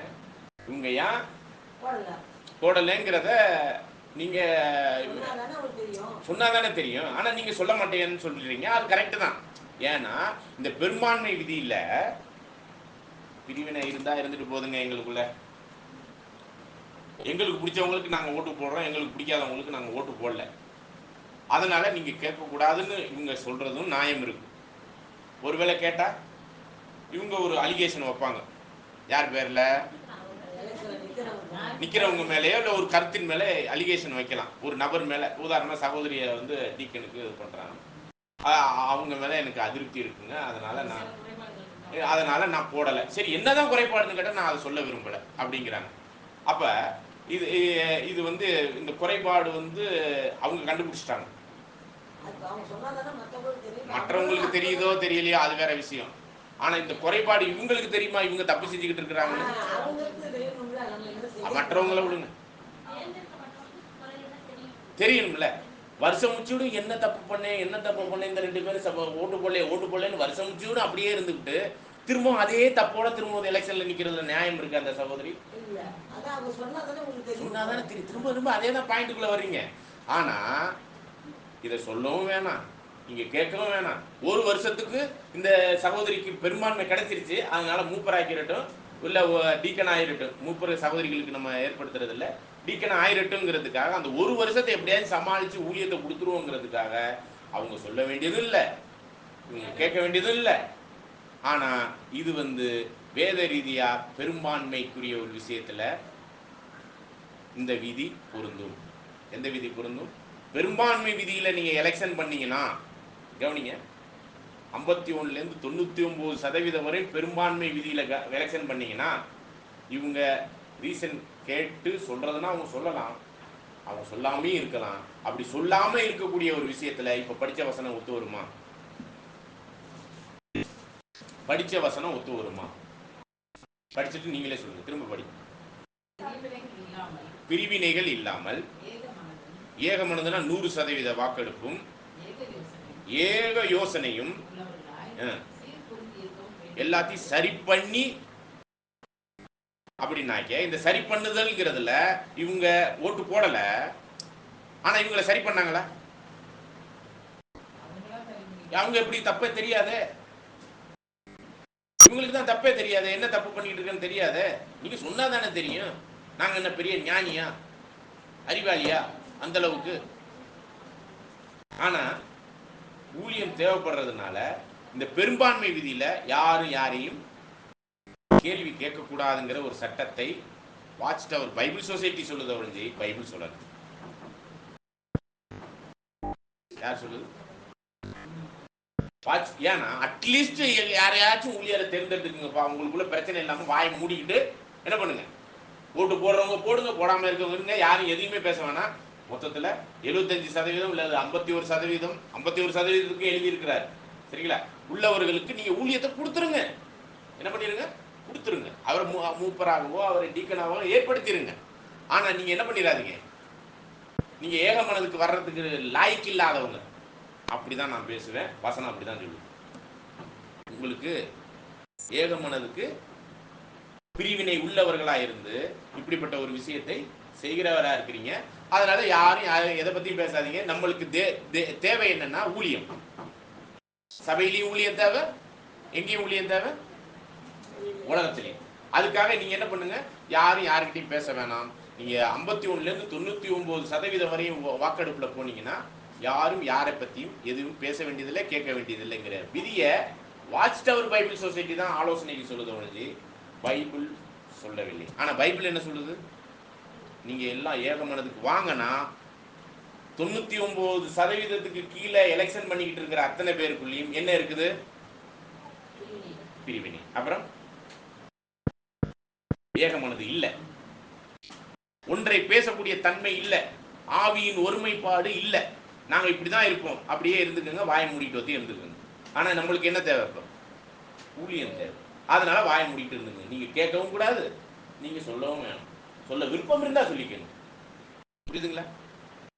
அப்ப அதாவது இது எதற்காக இந்த ஒரு விஷயத்தை நடைமுறைப்படுத்துகிறார்கள் அப்படின்னு பார்த்தீங்கன்னா, அட்லீஸ்ட் செய்யக்கூடிய ஊழியத்துக்கு தடை வந்துடக்கூடாத அளவுக்கு தான் இதை செஞ்சுக்கங்க அப்படிங்கிறது தான் இந்த இடத்துல என்ன பண்றாங்க, சொல்ல வர்றாங்க. இதை நம்ம புரிஞ்சுக்கிட்டோம்னா அந்த ஏகமனதுங்கிற கான்செப்டுக்குள்ள நம்ம வர முயற்சி பண்ணலாம். சரிங்களா? அப்ப இன்னைக்கு உலகளாவிய அளவில் ஏகமனது கான்செப்ட்ல வாட்ச் டவர் 1916 தான் இந்த 100% வாக்கெடுப்புக்கான ஏகமனதை கொண்டாந்து வச்சு எலெக்ஷன் பண்ணாங்க. அதுக்கப்புறம் இப்ப இருக்கிற எந்த ஒரு உலகளாவிய அளவில் ஃபாரின்லையும் சரி இந்தியாவிலையும் சரி 100% வாக்கெடுப்பின் ஏக மனதினுடைய வாக்கெடுப்புக்குள்ள போவோம் அப்படிங்கிற ஒரு தன்மைக்கு யாருமே ஒத்துக்கிறது இல்லை. பாயிண்ட் எப்படி பேசிடுறாங்கன்னா, எப்படி பேசிடுறாங்க, இங்க பேசினவங்களும் அப்படிதான் பேசியிருக்கிறாங்கன்னு நான் கேள்விப்பட்டேன். 100% வாக்கெடுப்பு எடுத்துட்டா என்ன ஆயிடுவாங்க? ஒருவர் 100% வாக்கெடுப்பு வந்துட்டா அவர் என்ன ஆயிடுவார்? எங்க போயிடுவார்? சபையாயிருவாரு, இங்க இருக்க மாட்டார். இப்படிப்பட்ட ஒரு வார்த்தைகளை பேசுறாங்க. அது கரெக்டா? நல்லா கவனிங்க, அது கரெக்டா? 100 அப்படி அப்படி எதுவும் எந்த இடத்துலயுமே ரைட்டிங்ஸ்ல பைபிள்லயும் இல்ல. பைபிள்ல இந்த வசனம் 100%க்குள்ள வாங்கன்னு சொல்லுது. ஏகமனதுனால 100%. ரசல் பிரதரோ அல்லது வாட்ச் டவரினுடைய பைபிள் சொசைட்டில ரசல் பிரதர் அவருடைய ரைட்டிங்ஸ்ல, அவருடைய பர்சனல் ரைட்டிங்ஸ்ல எப்படி சொல்றாருன்னா, 100% வாக்கெடுப்பு இல்லைன்னா நான் அந்த ஊழியத்தை நான் ஏற்றுக்கொள்ள மாட்டேன். இங்க இருக்கிறவங்க அத்தனை பேரும் எனக்கு ஓட்டு போடலன்னா அந்த ஊழியத்தை நான், ஒருத்தர் மேல நான் அதிருப்தி இருக்குன்னா அந்த ஊழியத்தை நான் எப்படி செய்ய முடியும்? அப்படிங்கிற ஒரு வார்த்தையை சொல்லி அவர் ஊழியத்தை ஏற்றுக்கொள்ள மாட்டேங்கிட்டார். அவர் மட்டும் இல்ல, அவரை சார்ந்த அநேகர் அப்படிப்பட்ட ஒரு கொள்கையில இருந்தாங்க. அப்படி எதுவும் பேசுறாங்களா? இப்ப இப்படிப்பட்ட ஒரு வார்த்தை ஒண்ணு இருக்கு, அதை பத்தி யாராச்சும் பேசுறாங்களா? அப்ப 100% வாக்கெடுப்பு எடுத்துட்டா சபையாயிருவாங்க, இங்க இருக்க மாட்டாங்கன்னா 100% எடுத்தும் அதை வந்து முத்திரிக்கப்பட்ட அந்த பர்ஃபெக்டான ஜீவியம்னு அர்த்தம் அது. சரிங்களா? அப்படி எடுத்துட்டவங்கள தேவன் அநேக நாள் உயிரோட வச்சிருந்திருக்கிறார். உதாரணமா யோவான், அவர் சபையாயிருவங்கிற ஒரு நம்பிக்கை ஆன பிறகு ஏறக்குறைய முதலாம் அந்த கடிதம், 2ஆம் கடிதம், 3ஆம் கடிதம், நற்செய்தி, வெளிப்படுத்தின விசேஷம், இவைகள் எல்லாம் எழுதி முடிச்சு அவர் சாகும் போது ஏறக்குறைய 30 வருஷம் உயிரோட இருந்திருக்கிறார். அப்ப நீங்க அதை எப்படி நீங்க சொல்ல முடியும்? எனக்கு தகுதி இல்லைங்கிறதுக்காக, உதாரணத்துக்கு எனக்கு 100% எனக்கு தகுதி இல்லைன்னு நான் நினைச்சுக்கிட்டு ஆயிட்டாக்க நான் சபையாயிருவேன்னு நம்மளா ஒரு போதனையை கொண்டாடலாமா? ஆக 100% வர முடியாதவங்களுக்கு தான் எந்த ஒரு விஷயத்தை இங்க கொண்டாந்து கொடுக்குறாரு. அட்லீஸ்ட் நீங்க 75 வச்சுக்கோங்க. அட்லீஸ்ட் இன்னும் பார்டருக்கு போனீங்கன்னா 51% இல்லையாச்சும் நீங்க என்ன பண்ணிக்கோங்க, ஒரு ஒரு ஒரு காரியத்தை நீங்க மூப்பர்களை தேர்ந்தெடுத்துக்கங்க அப்படிங்கிறத இங்க சொல்லியிருக்கிறாரு ஒழிஞ்சு 75ங்கிறது ஞானமாயிராது, 51க்கு மேலங்கிறது அறுதி பெருதுமாமை தான். அதையும் நம்ம அவங்கள மூப்பரா ஏற்றுக்கலாம். ஆனால் ஆனால் இதுல என்ன ஒரு விஷயம்னா, நம்ம 100% வருவதற்கான ஒரு முயற்சியை எடுக்கணும் அப்படிங்கிறதான் இந்த வசனம் நம்மளுக்கு சொல்லுது. திரும்பவும் அந்த வசனத்தை நீங்க படி. சகோதரரே, நீங்கள் எல்லாரும் ஒரே காரியத்தை பேசவும் பிரிவினைகள் இல்லாமல் ஏக மனதும் ஏக யோசனையும் உள்ளவர்களாய் சீர்பொருந்தி இருக்கவும் வேண்டும் என்று நம்முடைய கர்த்தராகிய இயேசு கிறிஸ்துவின் நாமத்தினாலே உங்களுக்கு புத்தி சொல்கிறேன். ஓகே, இப்போ நம்ம 6th வால்யூம்ல உள்ள 6th சாப்டர்ல பெரும்பான்மையா இருப்பது போதுமானதல்ல அப்படின்னு ஒரு தலைப்புல வால்யூம்ல இருக்கு. சரிங்களா? பெரும்பான்மை போதுமானதல்ல, இந்த தலைப்பை நீங்க படிங்க. உலக காரியங்களில் ஒரு பெரும்பான்மையினரின் குரலே முடிவு எடுக்கிறது. ஓகே, பெரும்பான்மையினர் குரல் எத்தனை சதவீதத்திலிருந்து? 51. இப்போ ஒன்றும் இல்லை, நம்ம சீஃப் மினிஸ்டர் ஆட்சி அமைக்கணும்னா எத்தனை சதவீதம் வேணுங்க? 50 இருந்தால் ஆயிர முடியுமா? 51. அது எங்க நடக்கலாம்? 51க்கு மேலே 99 வரையும். நல்ல கவனிங்க, இந்த ஒரு வார்த்தையினுடைய நோக்கம் அப்படிதான். பெரும்பான்மை என்பது 51லேருந்து 99 வரையும். இந்த விஷயம் எங்கே நடக்கலாம்? இல்லை இல்லை, இங்கே என்ன சொல்லப்படும்? இங்கே என்ன சொல்லப்பட்டிருக்கு வார்த்தையில் பாருங்க. உலக காரியத்தில் நம்ம செஞ்சுக்கலாம், உலகத்தில் உள்ள எந்த காரியத்திலையும். அப்போ அந்த காரியத்தை சபையில் செய்யலாமா? சபையில் செஞ்சுக்கிட்டு இருக்கிறோம் 75 ஃபிக்ஸ் பண்ணி. நம்ம உண்மையிலே புரிஞ்சு கொண்டோம்னாக்க அந்த ஏகமானதுக்குள்ள வந்துருவோம் இப்போ நம்ம. சரிங்களா? அப்ப படிங்க தொடர்ந்து. ஆனால் ஆண்டவருடைய சபையில் அல்லது சரீரத்தில் அப்படி இருக்கவே கூடாது. அப்படி இருக்கவே கூடாதுங்கிற விஷயத்தை 75 எப்படி ஃபிக்ஸ் பண்றீங்க நீங்க? இந்த ரைட்டிங்ஸ்லாம் ஏன் அவங்க எடுத்து சொல்ல மாட்டேங்கிட்டாங்க? நீங்க 99 ஃபிக்ஸ் பண்ணா கூட அது என்னதான் இருக்கலாமா? இருக்கலாமா, இருக்கக்கூடாது? நீங்க 99 கூட ஃபிக்ஸ் பண்ணுங்க, நீங்க இருக்கலாமா இருக்கக்கூடாதான்னு நான் கேட்கிறேன். இந்த வரிகளின் படி படிங்க தொடர்ந்து. இதற்கு மாறாக சரியானது என்ன? கூடுமானவரை ஜூரி முறையில் ஏகோபித்த தீர்மானம் அல்லது முடிவு எடுக்கப்பட வேண்டும். என்ன முடிவு எடுக்கணும்? ஏக மனதுடைய எல்லாரையும் ஏற்றுக்கொள்ளக்கூடிய. அதுக்கு உதாரணமா 75னா 25% ஓட்டு போடல, பார்த்தீங்களா? ஒத்துக்கல, அவங்களையும் போட வைப்பதற்கான முடிவு எடுக்கணும். இதுல ஒரு வார்த்தை சொல்றாரு, ஜூரி ரூல். இதை பத்தி உங்களுக்கு தெரியுமா? இதுக்கு முன்னாடி யாராச்சும் வந்து பாடம் எடுத்தாங்களா இந்த ஜூரி ரூலை பத்தி? ஏகமனதை பத்தி ஏகமனதை பத்தி எடுத்தாங்களா? ஏசுராஜா பிரதர் வந்து எடுத்தாரு. என்ன பாடம் எடுத்தாரு? அதான் பயண ஊழியத்துல இந்த ஒரு பார்ட்டியும் கொஞ்சம் எடுத்திருப்பாரு அவர். ஓகே, சரி, இப்ப இன்னைக்கு தான் எடுக்கிறதா வச்சுக்குவோம். நம்ம இப்ப நம்ம படிச்ச வசனத்தை இந்த பெரும்பான்மை போதுமானதல்ல அப்படிங்கிற ஒரு விதிக்குள்ள வந்தீங்கன்னா தான் புரியும். இல்லை நாங்கள் பெரும்பான்மையே போதும்னு சொல்லி அந்த பெரும்பான்மை விதிக்குள்ளே எலெக்ஷன் பண்ணீங்கன்னா யாரும் யாரோடையும் பேசக்கூடாது. நல்லா கவனிச்சுக்குங்க. யாரும் யாருக்கும் ஓட்டு போட்டேன் போடலைங்கிறத கேள்வி கேட்கக்கூடாது. நீங்கள் பெரும்பான்மை விதிக்குள்ளே வந்தீங்கன்னா எல்லாரும் ஏக மனதோடு என்ன பண்ணணும்? ஜூரி ரூலை அப்ளை பண்ணணும். அப்படின்னா என்னது அந்த ஜூரி ரூல்? ஜூரி ரூலை பற்றி எதுவும் உங்களுக்கு தெரியுமா? எலெக்ஷன்ல மிக முக்கியமான ஒரு வார்த்தை ஜூரி ரூல். இன்னைக்கு இருக்கிற உலகளாவிய அளவில் எந்த சபையிலுமே இந்த ஜூரி ரூலை பற்றி பேசுவதும் இல்லை, அதை பற்றி தெரியவும் இல்லை. நீங்க இந்த ஜூரி ரூலை அப்ளை பண்ணீங்கன்னா தான் ஏகமனதை கொண்டாட முடியும். திரும்ப அந்த வரியை படிங்க, ஃபர்ஸ்ட்லேருந்து படிங்க சிஸ்டர். உலக காரியங்களில் ஒரு பெரும்பான்மையினரின் குரலே முடிவு எடுக்கிறது, ஆனால் ஆண்டவர் சபையில் அல்லது சரீரத்தில் அப்படி இருக்கவே கூடாது. அப்ப நீங்க 75ங்கிறத இருக்கலாமா? நீங்க சொல்லுங்க இப்ப பதில். 85ங்கிறது இருக்கலாமா? சொல்லுங்க. ஆமா இல்லைன்னு சொல்லுங்க. இருக்கலாம், இருக்கக்கூடாதுன்னு சொல்லுங்க. நீங்க அமைதியா இருந்தா என்னங்க இவ்வளவு நாள் வேற மாதிரி போதிச்சாங்க இவங்க இந்த எலெக்ஷனை பத்தி, இப்ப நீங்க வந்து வேற மாதிரி சொல்லிட்டு இருக்கிறீங்க. அப்படித்தானே இருக்கு. ஏன்னா உங்க நிலைமை அந்த பிரிவினை ஆவிலே தான் இருக்குதுன்னா அப்படியே இருந்துட்டு போங்கிறதுக்கு தான் ஆலோசனை கொடுத்துருக்கிறார் வாட்ச் டவர் பைபிள் சொசைட்டியில். அந்த இருகுன இருதயம் இருக்கு இல்லையா, நான் பேச மாட்டேன், நான் போட மாட்டேன், அப்படித்தான் நான் சொல்ல முடியாது அப்படிங்கிற. சரி அப்படியே இருந்து நீங்கள் அட்லீஸ்ட் அந்த ஊழியக்காரர்களை கொண்டு கொடுங்க பையா. தயவுசெய்து உங்களை கெஞ்சி கேட்குறேன், நீங்கள் உங்கள் விருப்பப்படியே சதவீதத்தை ஃபிக்ஸ் பண்ணிக்கோங்க. ஆனால் யாரை கொடுங்க? ஊழியக்காரரை கொடுங்க.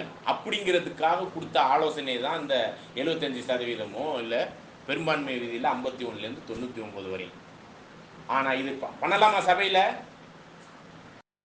பண்ணலாமா சபையில்? கிறிஸ்டின் சபையில் பண்ணக்கூடாது. ஆனால் பண்ணுறோம். எதற்காக? யாருனால? எலெக்ஷன் நடத்தப்படுகிற அந்த சபை அந்த இருகுன இருதயமுடைய குருப்பீசமுடைய, நான் அவரை சார்ந்தவன் இவரை சார்ந்தவன் ஒரு மனப்பான்மை உடைய ஒரு சூழ்நிலையில் பிரிவினை ஆவி இருக்கு இல்லையா, அதனால அதை சரி பண்ண முடியாமல் அதற்கான மாற்று ஆலோசனை தான் ஏக பெரும்பான்மை விதி.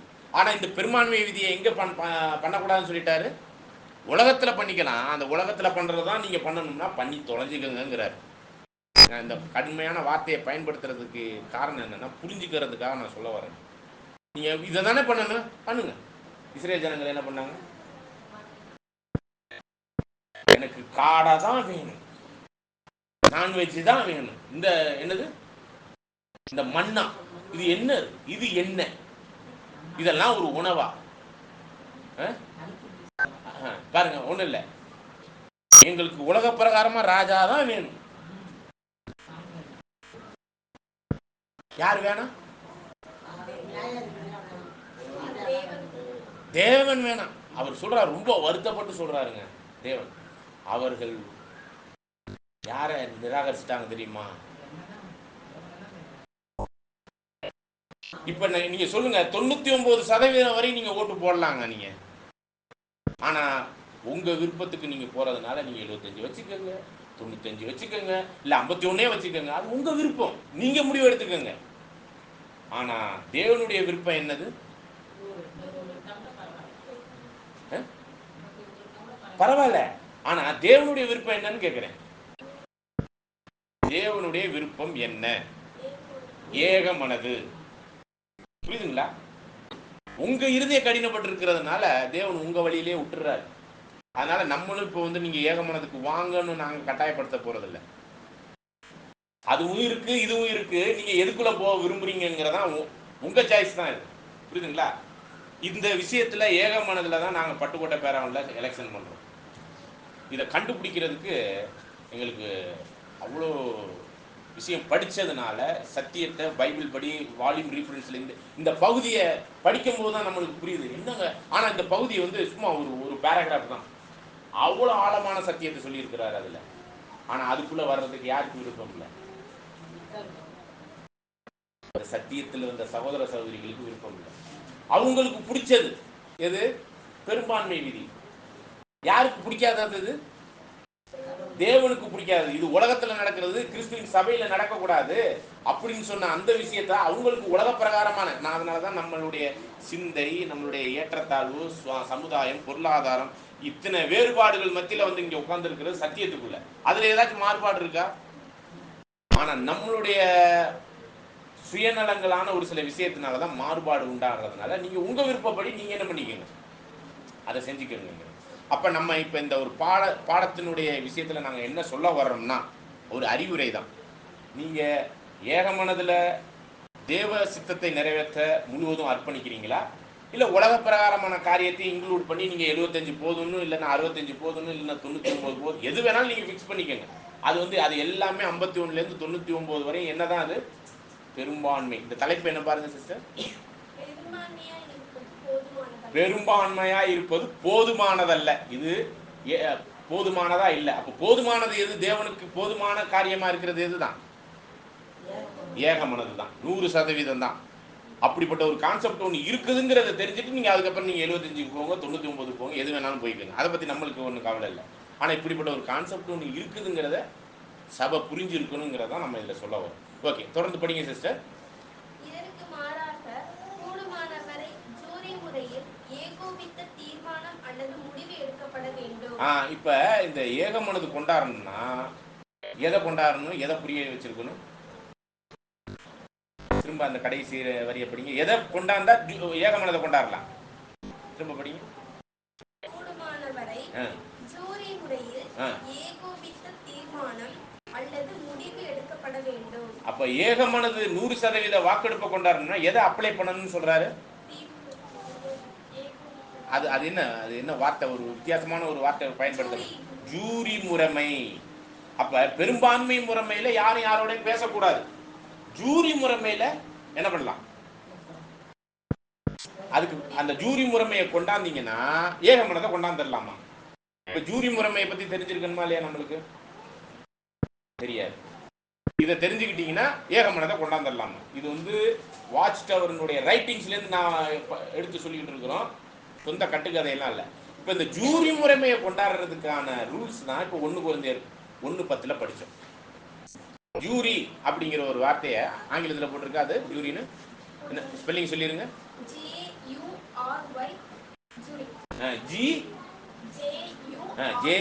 JURY.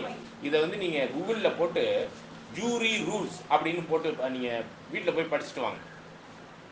கூகுளில் போயிட்டு ஜூரி ரூல். ஏன்னா இந்த ஜூரி ரூலை பற்றி விவரமாக வால்யூமில் எங்கேயும் எழுதலை விவரமாக. ஏன்னா அமெரிக்காவில் இந்த ஜூரி ரூலுங்கிறது, இங்கிலாந்தில் இந்த ஜூரி ரூலுங்கிறது ரொம்ப பிரம்மாண்டமாக எல்லாராலும் அவங்கவுங்க வாழ்க்கையில் அநேக முறை அப்ளை பண்ணக்கூடிய ஒரு விஷயம். ஆனால் இந்தியர்களுக்கு இந்த ஜூரிங்கிற ஒரு வார்த்தையே தெரியாது. எது தெரியாது? ஜூரிங்கிற ஒரு வார்த்தையே தெரியாது.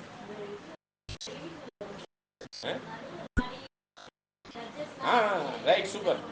சரி, அது என்ன பண்ணுவாங்க நீங்க சொல்லுங்க. இப்போ அதுல கொஞ்சம் நாலேஜ் இருக்கு, நீங்க அதை சொல்லுங்க.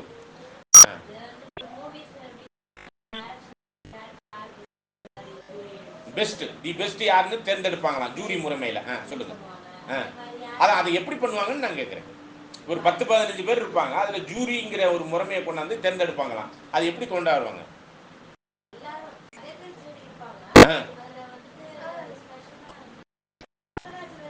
சரி, தெரிஞ்சவங்க சொல்லுங்க. உங்களுக்கு தெரியுமா?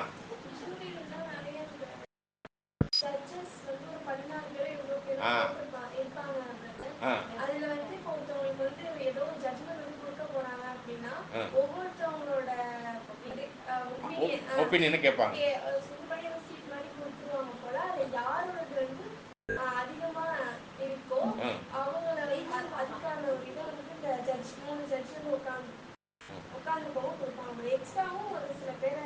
வச்சுக்குவாங்க. அப்ப அதாவது இதனுடைய நோக்கம் என்னன்னா, அதை கரெக்டாக ஜட்ஜ்மெண்ட் பண்ணுவாங்க. அதில் உள்ள தீர்மானங்களை பேசி முடிவெடுப்பாங்கன்னு சொல்ல போனோம். ஒரு கமிட்டி உட்காந்து பேசி முடிவெடுப்பாங்க. அப்படி பேசி முடிவெடுக்கும் பொழுது குறைகள் இருந்தாலும் இவங்க தான் தி பெஸ்ட் அப்படிங்கிறதுக்குள்ள பேசி முடிவெடுக்கிறது, பேசாமல் இல்லை. அப்போ ஜூரி ரூலினுடைய தத்துவமே என்னது? எல்லாத்தையும் தெளிவாக பேசி முடிவெடுக்கிறது. ஜூரிங்கிற தத்துவம் புரிஞ்சுக்கோங்க. நீங்கள் பெரும்பான்மை விதிக்குள்ளே இருந்தீங்கன்னா பேசக்கூடாது, எதையும் யாருக்கிட்டையும் பேசக்கூடாது.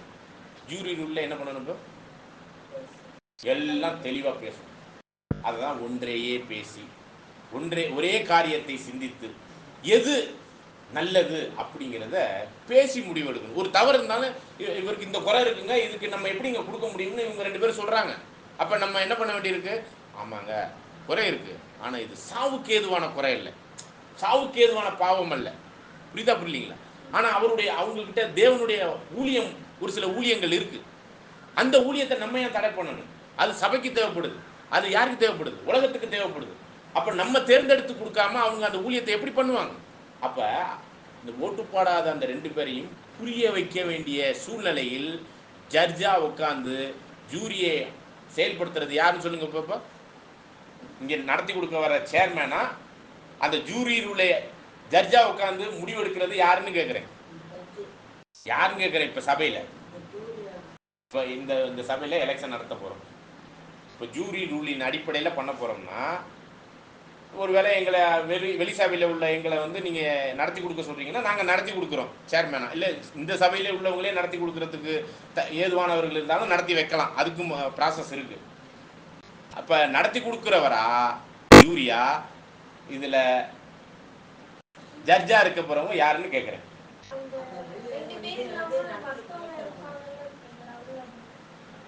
ஓட்டு உரிமை பெற்றிருக்கிற ஒவ்வொருவரும், ஓட்டு போடுறவங்களும் சரி போடாதவங்க அத்தனை பேருமே யார் தான்? இப்போ ஜட்ஜி சீட்டில் இருந்துக்கிட்டு உனக்கு ஊழியம் கொடுப்பேன் கொடுக்க மாட்டேன்னு சொல்லிக்கிட்டு இருக்க போகிறது யார்? இப்போ யார்? ஒவ்வொருத்தரும் தான் இந்த ஜூரி. இப்போ உங்களுக்குள்ள நீங்கள் பேசி முடிவெடுக்கிறது தான் ஜூரி ரூல். பேசாமல் முடிவெடுக்கிறது பெரும்பான்மை விதி, சரிங்களா? அதனால நீங்க சபையார்களா பேசி முடிவெடுத்து ஜூரி ரூலுக்குள்ள எலெக்ஷன் பண்ணுவோமா, இல்ல பேசாமலே நம்மளுக்கு எந்த பிரச்சனையும் வேணாம் அப்படின்னு பேசாமலே 75 ஃபிக்ஸ் பண்ணிட்டு அப்படியே நம்ம எலெக்ஷன் பண்ணிட்டு போயிடுவோமான்னு முடிவெடுக்க வேண்டிய அந்த ஜூரி நீதிபதிகள் யார் இப்போ?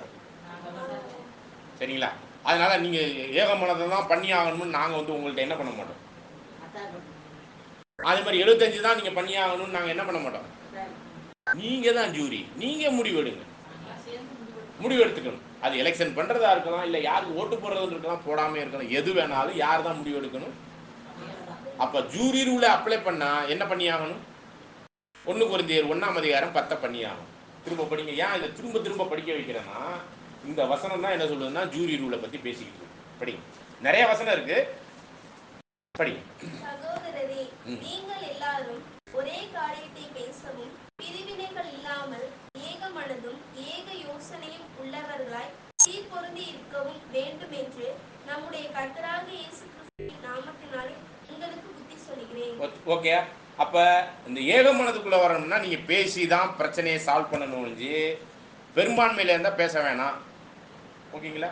பெரும்பான்மையில இருந்தா அது ஒருத்தர் தான் முடிவு எடுப்பார். அந்த ஒருத்தர் என்ன பண்ணிடுவார், ஆமா இல்லைன்னு சொல்லிட்டு போயிட்டே இருப்பார். அப்ப பெரும்பான்மை விதிக்கு போறதுன்னா யாரும் எதுவும் பேசக்கூடாது. ஓட்டு போட்டுட்டு நீங்க என்ன ஃபிக்ஸ் பண்றீங்களோ அதை பண்ணிட்டு அப்போ பாருங்க, அந்த அதுக்குள்ள ஒற்றுமை இருக்குமா? பேசாமலே ஓட்டு போடுறதுல ஒற்றுமை இருக்குமா? அவங்க ஒரு குரூப்பா இருப்பாங்க, இவங்க ஒரு குரூப், அப்படிதானே இருக்கும். இந்த பிரிவினை வச்சிருந்தா ஏகமனது வருமா? அப்ப ஏகமனது வரணும்னா எதை அப்ளை பண்ணணும்? புரியுதுங்களா? அப்ப ஜூரி ரூல்ல தான் ஏகமனதை கொண்டாடலாம். இது வேற சட்டம். ஜூரி ரூல் இல்லாம நீங்க பெரும்பான்மையிலையும் பண்ணலாம், அது வேற சட்டம். சரிங்களா? இப்ப இதை தான் நீங்க முதல்ல தேர்ந்தெடுக்கணும். நீங்க பெரும்பான்மையில பண்ண போறீங்களா, ஏகமனதில் பண்ண போறீங்களா? திரும்ப அந்த அந்த கண்டினியூ பண்ணுங்க. இதற்கு மாறாக கூடுமானவரை ஜூரி முறையில் ஏகோபித்த தீர்மானம் அல்லது முடிவு எடுக்கப்பட வேண்டும். ஒரு சகோதரன் அதிகபட்ச வாக்கு பெறாதிருக்கும் போது அது ஆண்டவருடைய சித்தம் என்று ஏற்றுக்கொள்வதில் அசௌகரியமாக சபையினர் உணருவதை காட்டிலும் அதிகமாக உணரலாம். பாருங்க, இப்போ அதாவது ஒருத்தர் வந்து 99% எடுத்துட்டாருங்க, ஒரு 5% பேர் 5 பேர் ஓட்டு போடல. ஏன்டா ஓட்டு போடல, ஏன்டா ஓட்டு போடலன்னு அந்த ஓட்டு வாங்காதவருக்கும் இருக்கும். 95% அப்ப இவங்க ஏன் போடல அப்படின்னு அவங்கள பார்ப்பாங்களா இல்லையா? ஏன் போடல? நீங்க பெரும்பான்மை விதியில அந்த 5 பேர்கிட்ட போய் கேட்க முடியுமா ஏங்க ஓட்டு போடலன்னு? கேட்க முடியாது, கூடாது. அவங்க விரும்பினா சொல்லலாம், ஒழிஞ்சு கூடாது. சரி, இந்த 5 பேர் ஏன் ஓட்டு போடலன்னு தெரியாமலே தானே நீங்க அந்த ஊழியத்தை பெற்று இருக்க போறீங்க. அந்த ஊழியக்காரர்கிட்ட இருந்து அவங்க ஓட்டு போடாததுக்கு ஒருவேளை இவர் தப்பு செஞ்சவரா இருந்து ஒரு குடியக்காரரா இருக்கிறாருன்னு வச்சுக்கோங்க, அந்த 5 பேர் பார்த்துட்டாங்க. ஒரு வேசி மார்க்கமா தப்பு செஞ்சவரா இருக்கா, அந்த 5 பேர் பார்த்துட்டாங்க. ஒரு கொலைக்காரர், கொள்ளைக்காரர், பொருளாசைக்காரர், இவங்கெல்லாம் 2ஆம் மரணத்துக்கு ஏதுவான பாவங்கள். இதெல்லாம் 1 கொரிந்தியர் 5:10-11 வசனத்துல படிக்கிறோம். இதுக்கு எலெக்ஷனுக்குள்ள ஓட்டு போடுறதுக்கே உரிமை இல்லை. யாரு? கொலை செய்கிறவர்கள், விபச்சாரக்காரர், வேசி மார்க்கம், தீங்கு பேசுறவங்க, மற்றவங்களை பத்தி தப்பா பேசுறது கூட. சரிங்களா? அதனாலதான் தப்பு அந்த எலெக்ஷன் டயத்துல எதையுமே பேசாதீங்கன்னு சொல்லிட்டு அந்த எலெக்ஷன் பண்றது, தீங்கு பேசுறது கூட 2ஆம் மரணத்துக்கு ஏதுவான, சபை நீக்கத்துக்கு ஏதுவானது. அப்படி அந்த மாதிரியான குறைவுடைய ஒரு விஷயம் அவங்க கண்டுபிடிச்சிருந்தாங்கன்னா நீங்க 95% ஓட்டு போட்டிருக்கிறீங்கல்ல, யாரை தேர்ந்தெடுத்திருக்கிறீங்க?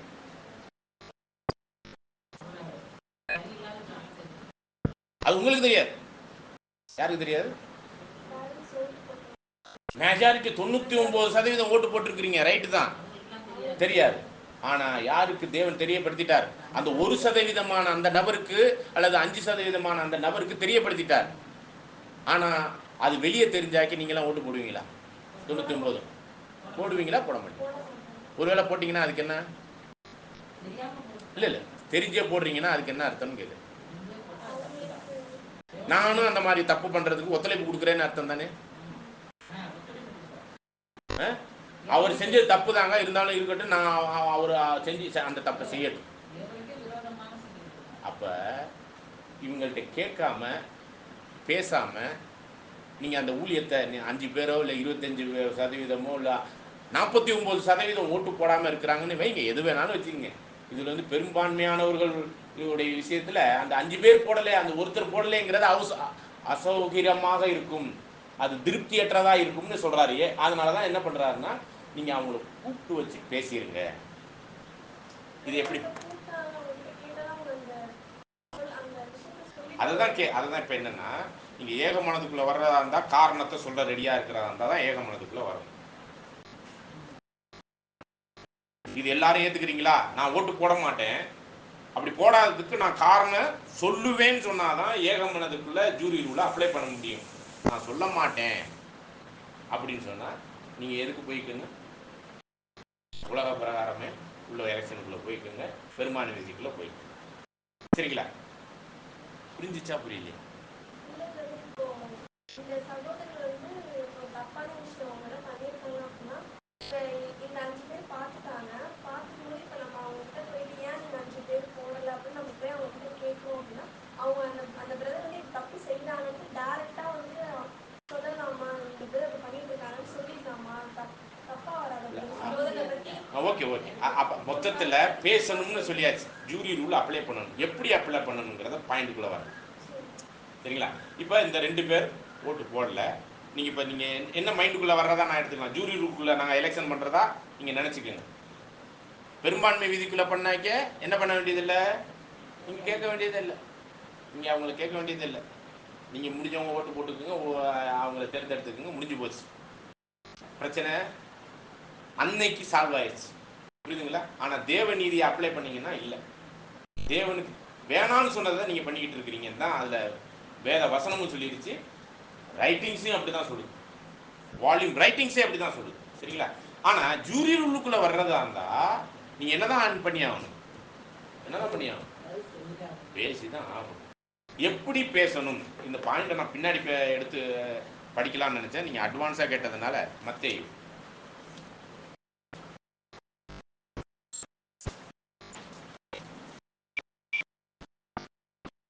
18ஆம் அதிகாரம் 15வது வசனம். 18ஆம் அதிகாரம் 15ஆம் வசனம். உன் சகோதரன் உனக்கு விரோதமாக குற்றம் செய்தால் அவனிடத்தில் போய் நீயும் அவனும் தனித்திருக்கையில் அவன் குற்றத்தை அவனுக்கு உணர்த்து. அவன் உனக்கு செவி கொடுத்தால் உன் சகோதரனை ஆதாயப்படுத்திக் கொண்டாய். தொடர்ந்து. அவன் செவி கொடாமற் போனால் 2-3 சாட்சிகளுடைய வாக்கினாலே சங்கதிகள் எல்லாம் நிலைபெறும்படி இரண்டொருவரை உன்னுடனே கூட கூட்டிக் கொண்டு போ. அவர்களுக்கும் அவன் செவி கொடாமற் போனால் அதை சபைக்கு தெரியப்படுத்து.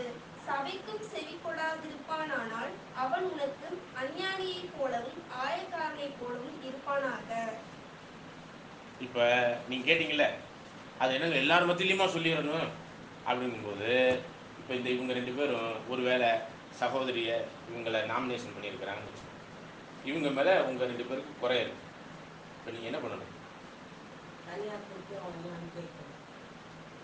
நீங்கள் என்ன பண்ணணும்? இவங்கள்ட்ட தனியாக போய் சொல்லணும், இந்த மாதிரி தப்பு பண்ணியிருக்கிற, சரியாயிடும், நீ நான் உனக்கு ஓட்டு போட முடியாதுன்னு எலெக்ஷனுக்கு முன்னாடி கூட சொல்லலாம்.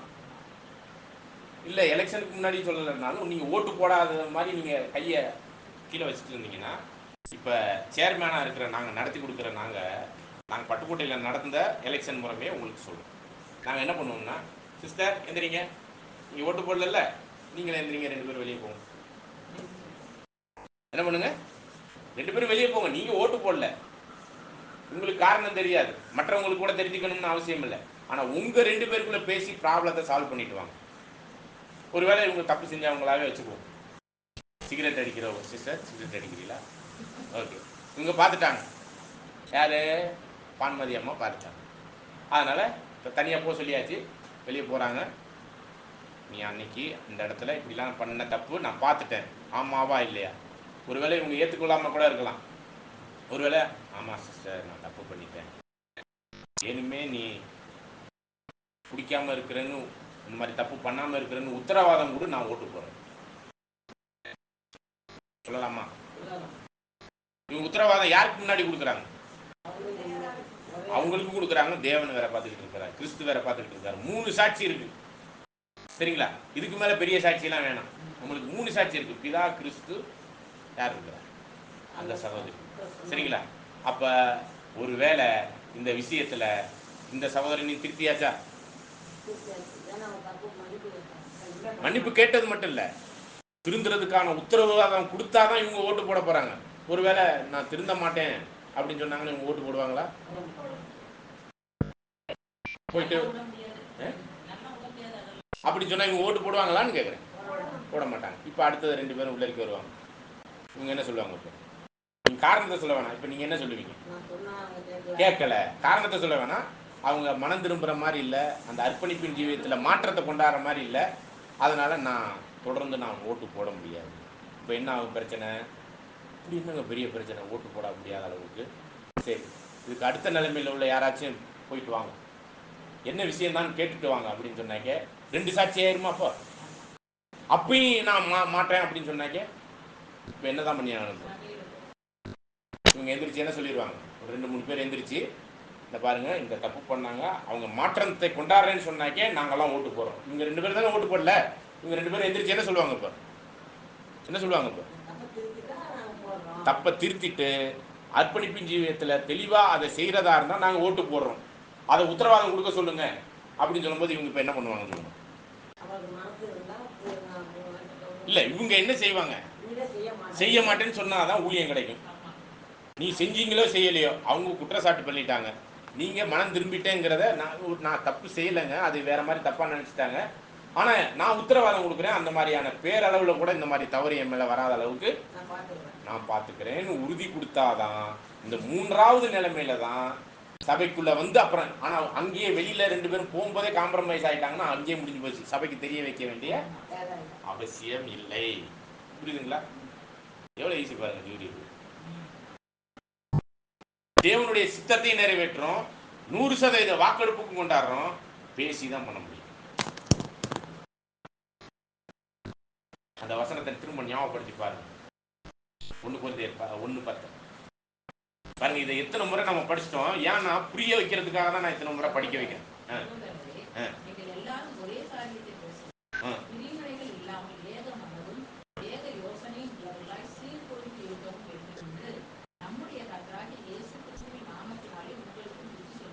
தொடர்ந்து வாசிங்க.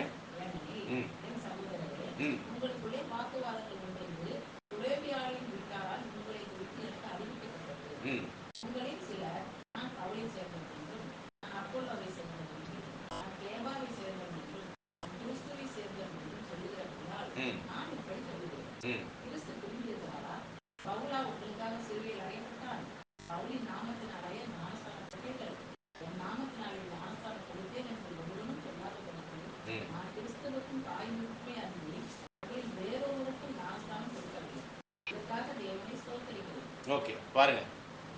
அப்ப இவ்வளவு பிரச்சனைகளை சால்வ் பண்ணக்கூடிய ஒரு விஷயம், சபையை பக்தி விருத்திகளை கொண்டாடுற விஷயம், ஒரு தவறான நபரை சரி பண்ணக்கூடிய ஒரு விஷயம் எதுல இருக்கு? ஏக மனதுல இருக்கு. ஆனா சரி பண்ணவே வேணாம், அவர் அப்படியே தப்பா இருக்கட்டும், அவருக்கு தெரியவே தெரியாது.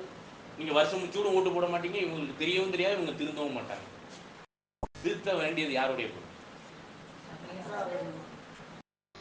ஓட்டு போடாதவருடைய ஒரு பொறுப்பு. நீ சொல்லி திருத்தல, ஆனா நீங்க எதிர்பார்க்குறீங்க எப்படி? சொல்ற பாயிண்ட புரிஞ்சுக்கணும். அது எங்க நீங்க சொன்னீங்க? அதான் 75% அல்லது பெரும்பான்மை விதியில தான் சொல்ல மாட்டேன்னு சொல்றீங்களே, அப்புறம் எங்க நீங்க அவங்க திருந்துவாங்க? அவங்களா திருந்தப்பு எப்படி? ஜெபம் பண்றதா? தேவ சித்தத்தை நிறைவேற்றுவதுதான் ஜெபம். தேவ சித்தத்தை உங்களுக்கு உரிமை கொடுத்துருக்காரு, மற்றவங்கள்ட்ட கொடுக்கல. நான் உங்களை பர்டிகுலரா பேசிக்கிட்டு அப்போ நீங்க என்ன பண்ணணும்னா அதை சரி பண்ண, ஒரு சகோதரன் சரியில்லைன்னா சரி பண்ண வேண்டிய பொறுப்பு யாருக்கு இருக்குன்னு நான் கேட்கிறேன். அந்த ஓட்டு போடாத நபருக்கு தான் இருக்கு. படிக்கலாம். மத்தேயு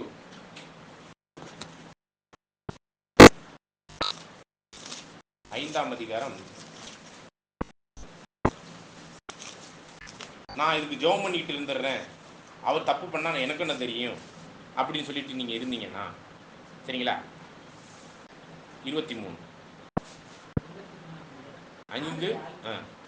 ஆகையால் நீ பலிபீடத்தில் உன் காணிக்கையை செலுத்த வந்து உன் பேரில் உன் சகோதரனுக்கு குறை உண்டென்று அங்கே நினைவு கூறுவாயாகி அங்கேதானே பலிபீடத்தில் முன் உன் காணிக்கையை வைத்திருக்கும் போய் முன்பு ஒரு சகோதரனுடைய ஒப்புரவாகி பின்பு வந்து உன் காணிக்கையை செலுத்து. ஓகே, ஒப்புரவாகிறதுன்னா என்னது? பேசாம இருக்கிறதா?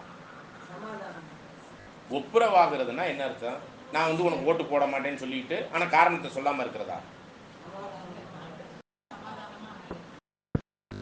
குறை இருக்குன்னு தெரியுது இல்ல, சரி ஏன் ஒப்புரவாக சொல்றாரு? ஏங்க ஒப்புரவாக சொல்றாரு? ஏன்? நான் ஜெபம் பண்ணிக்கிறேன், தேவனே அவரை சரி பண்ணிருங்க, அல்லேலூயா ஸ்தோத்திரம். அப்ப அந்த பொறுப்பை யார்கிட்ட கொடுத்துருக்கிறார்? நீ பெரிய பெரிய பலி செலுத்தலாம், எவ்வளவு வேணாலும் சேவை பண்ணலாம் தேவனுக்கு. ஆனா உன் சகோதரன் இடர்ல இருக்கிறான், அந்த இடர்லான பாவத்திலிருந்து நீ சரி பண்ண வேண்டிய பொறுப்பு இப்ப யார்கிட்ட இருக்கு? அதனாலதான் தேவனுடைய மனுஷனே, நீ உன்னை நான் இஸ்ரேல் ஜனங்களுக்காக, தேவனுடைய ஜனங்களுக்காக காவல்காரனா வச்சிருக்கிறேன். எசேக்கியேல்ல படிக்கிறோம் நம்ம. என்ன, அவன் தப்பு செஞ்சானா நீ போய் என்ன பண்ணு? சரி பண்ணு. போய் சொல்லி சரி பண்ணு. நீ சரி பண்ணாம விட்டு அவன் பாவத்திலே இருந்தானா அவன் அவன் அவன் பாவத்தில் சாக மாட்டான். அந்த ரத்த பலி யார் மேல இருக்கும்? நீ சரி பண்ணாம, அந்த தெரிஞ்சு நீ சொல்லாம அவனை சரி பண்ணாம இருக்கிறீல்ல, அந்த காணிக்கை பலி எல்லாம் நிராகரிக்கப்படும். படிங்க தொடர்ந்து. அங்கேதான் பலிபீடத்தில் முன் உன் காணிக்கையை வைத்திருக்கு போய் முன்பு ஒரு சகோதரனுடைய ஒப்புரவாகி பின்பு வந்து உன் காணிக்கையை செலுத்து. எதிராளி உன்னை நியாயாதிபதியிடத்தில் ஒப்புக்கொடாமலும் நியாயாதிபதி உன்னை சேவகனிடத்தில் ஒப்புக்கொடாமலும் சிறைச்சாலையில் வைக்கப்படாமல் இருக்கும்படியாக நீ உன் எதிராளியோடு வழியில் இருக்கும் போதே சீக்கிரமாய் அவனுடனே நல்மனம் கொடுத்து. ஒருவேளை தப்பு செஞ்சவர் அதுக்கு என்ன பண்ணியிருக்கணும்? சரியாகிறதுக்கான இப்ப சபை அளவுக்கு வந்து சேர்றதுக்குள்ள நீ என்ன பண்ணிடணும்? ஓட்டு போடாதவங்கள்ட்ட போய் காம்ப்ரமைஸ் ஆயிரு, நான் சரியாயிடுறேன். அந்த விஷயம் இங்க சொல்றாரு. படிங்க 28:6 வரை. பொருந்தாவிட்டால் ஒரு காசும் குறைவின்றி கொடுத்து தீர்த்து மட்டும் அவ்விடத்திலிருந்து புறப்பட மாட்டாய் என்று மெய்யாகவே உனக்கு. அப்ப ஜட்ஜ்மெண்ட் கொடுக்குறவங்க தப்பானவங்கன்னு தெரிஞ்சுட்டா உங்களுக்கு ஓட்டு போட்டுருவாங்களா மற்றவங்க? இது சபைக்கே தெரிய வந்துடும். அதனால என்ன பண்ணிடணும்? இப்போ நீங்க அந்த ஒருத்தரா தனியா அனுப்பும் போதே நீங்க என்ன பண்ணிடணும்? சமாதானம் ஆயிரணும்.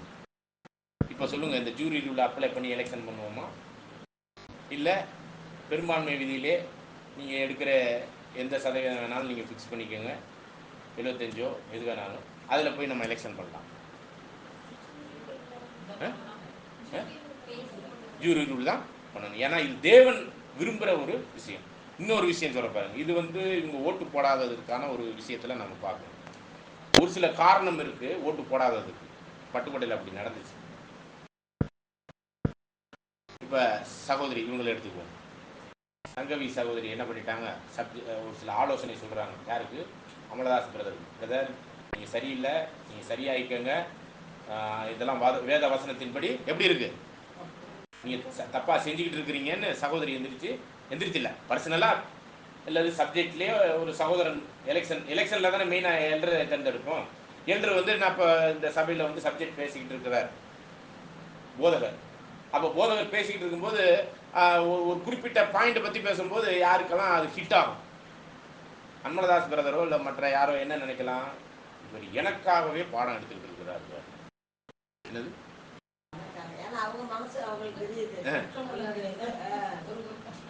குறுகுறுங்க. அவர் என் பேரை தாங்க சொல்லல, அவரு என்ன சொல்லல, பேரை தாங்க சொல்லல. ஆனா சரி, இந்த பாடம் நீதியின்படி கரெக்டா கரெக்ட் இல்லை. நீதியை நிலைநாட்டி பரிசுத்தத்துக்குள்ள வர்றதுதான் முக்கியம்.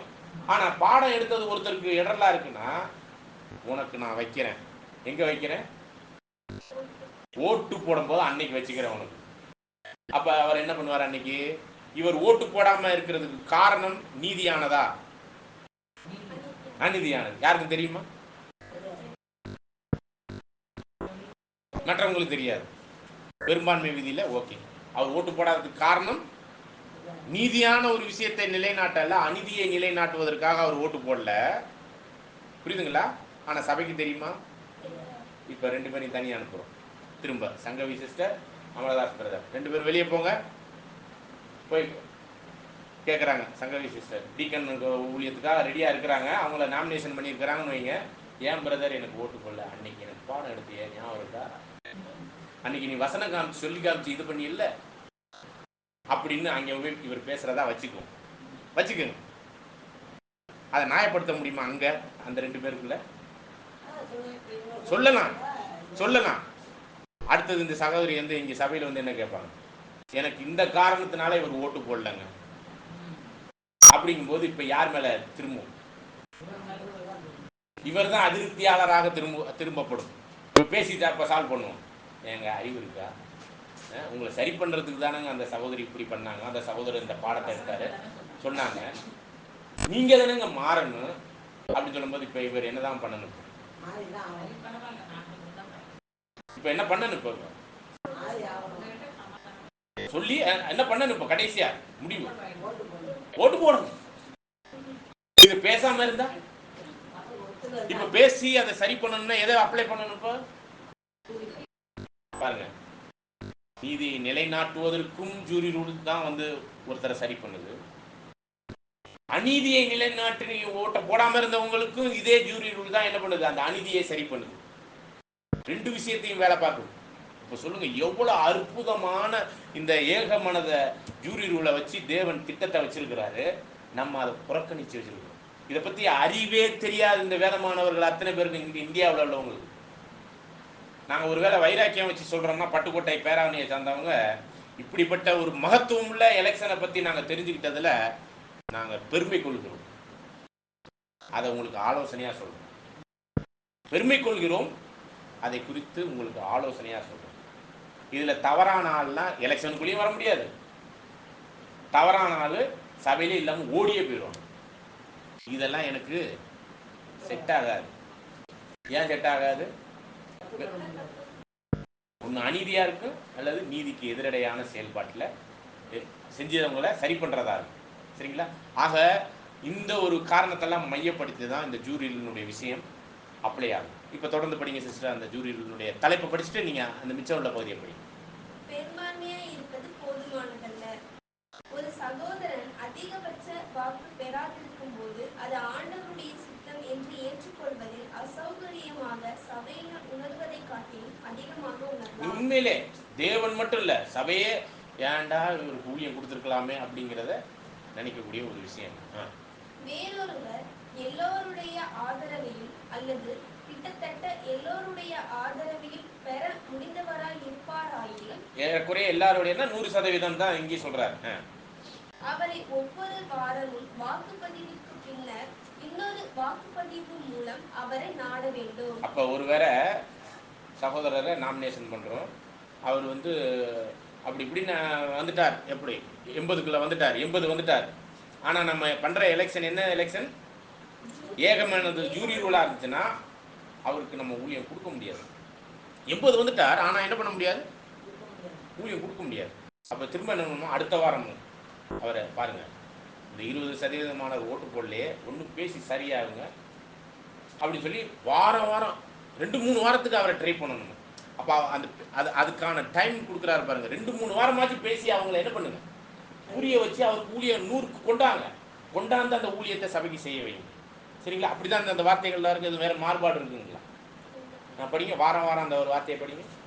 அவரை ஒவ்வொரு வாரமும் வாக்குப்பதிவுக்கு பின்னர் இன்னொரு வாக்குப்பதிவு மூலம் அவரை நாட வேண்டும்.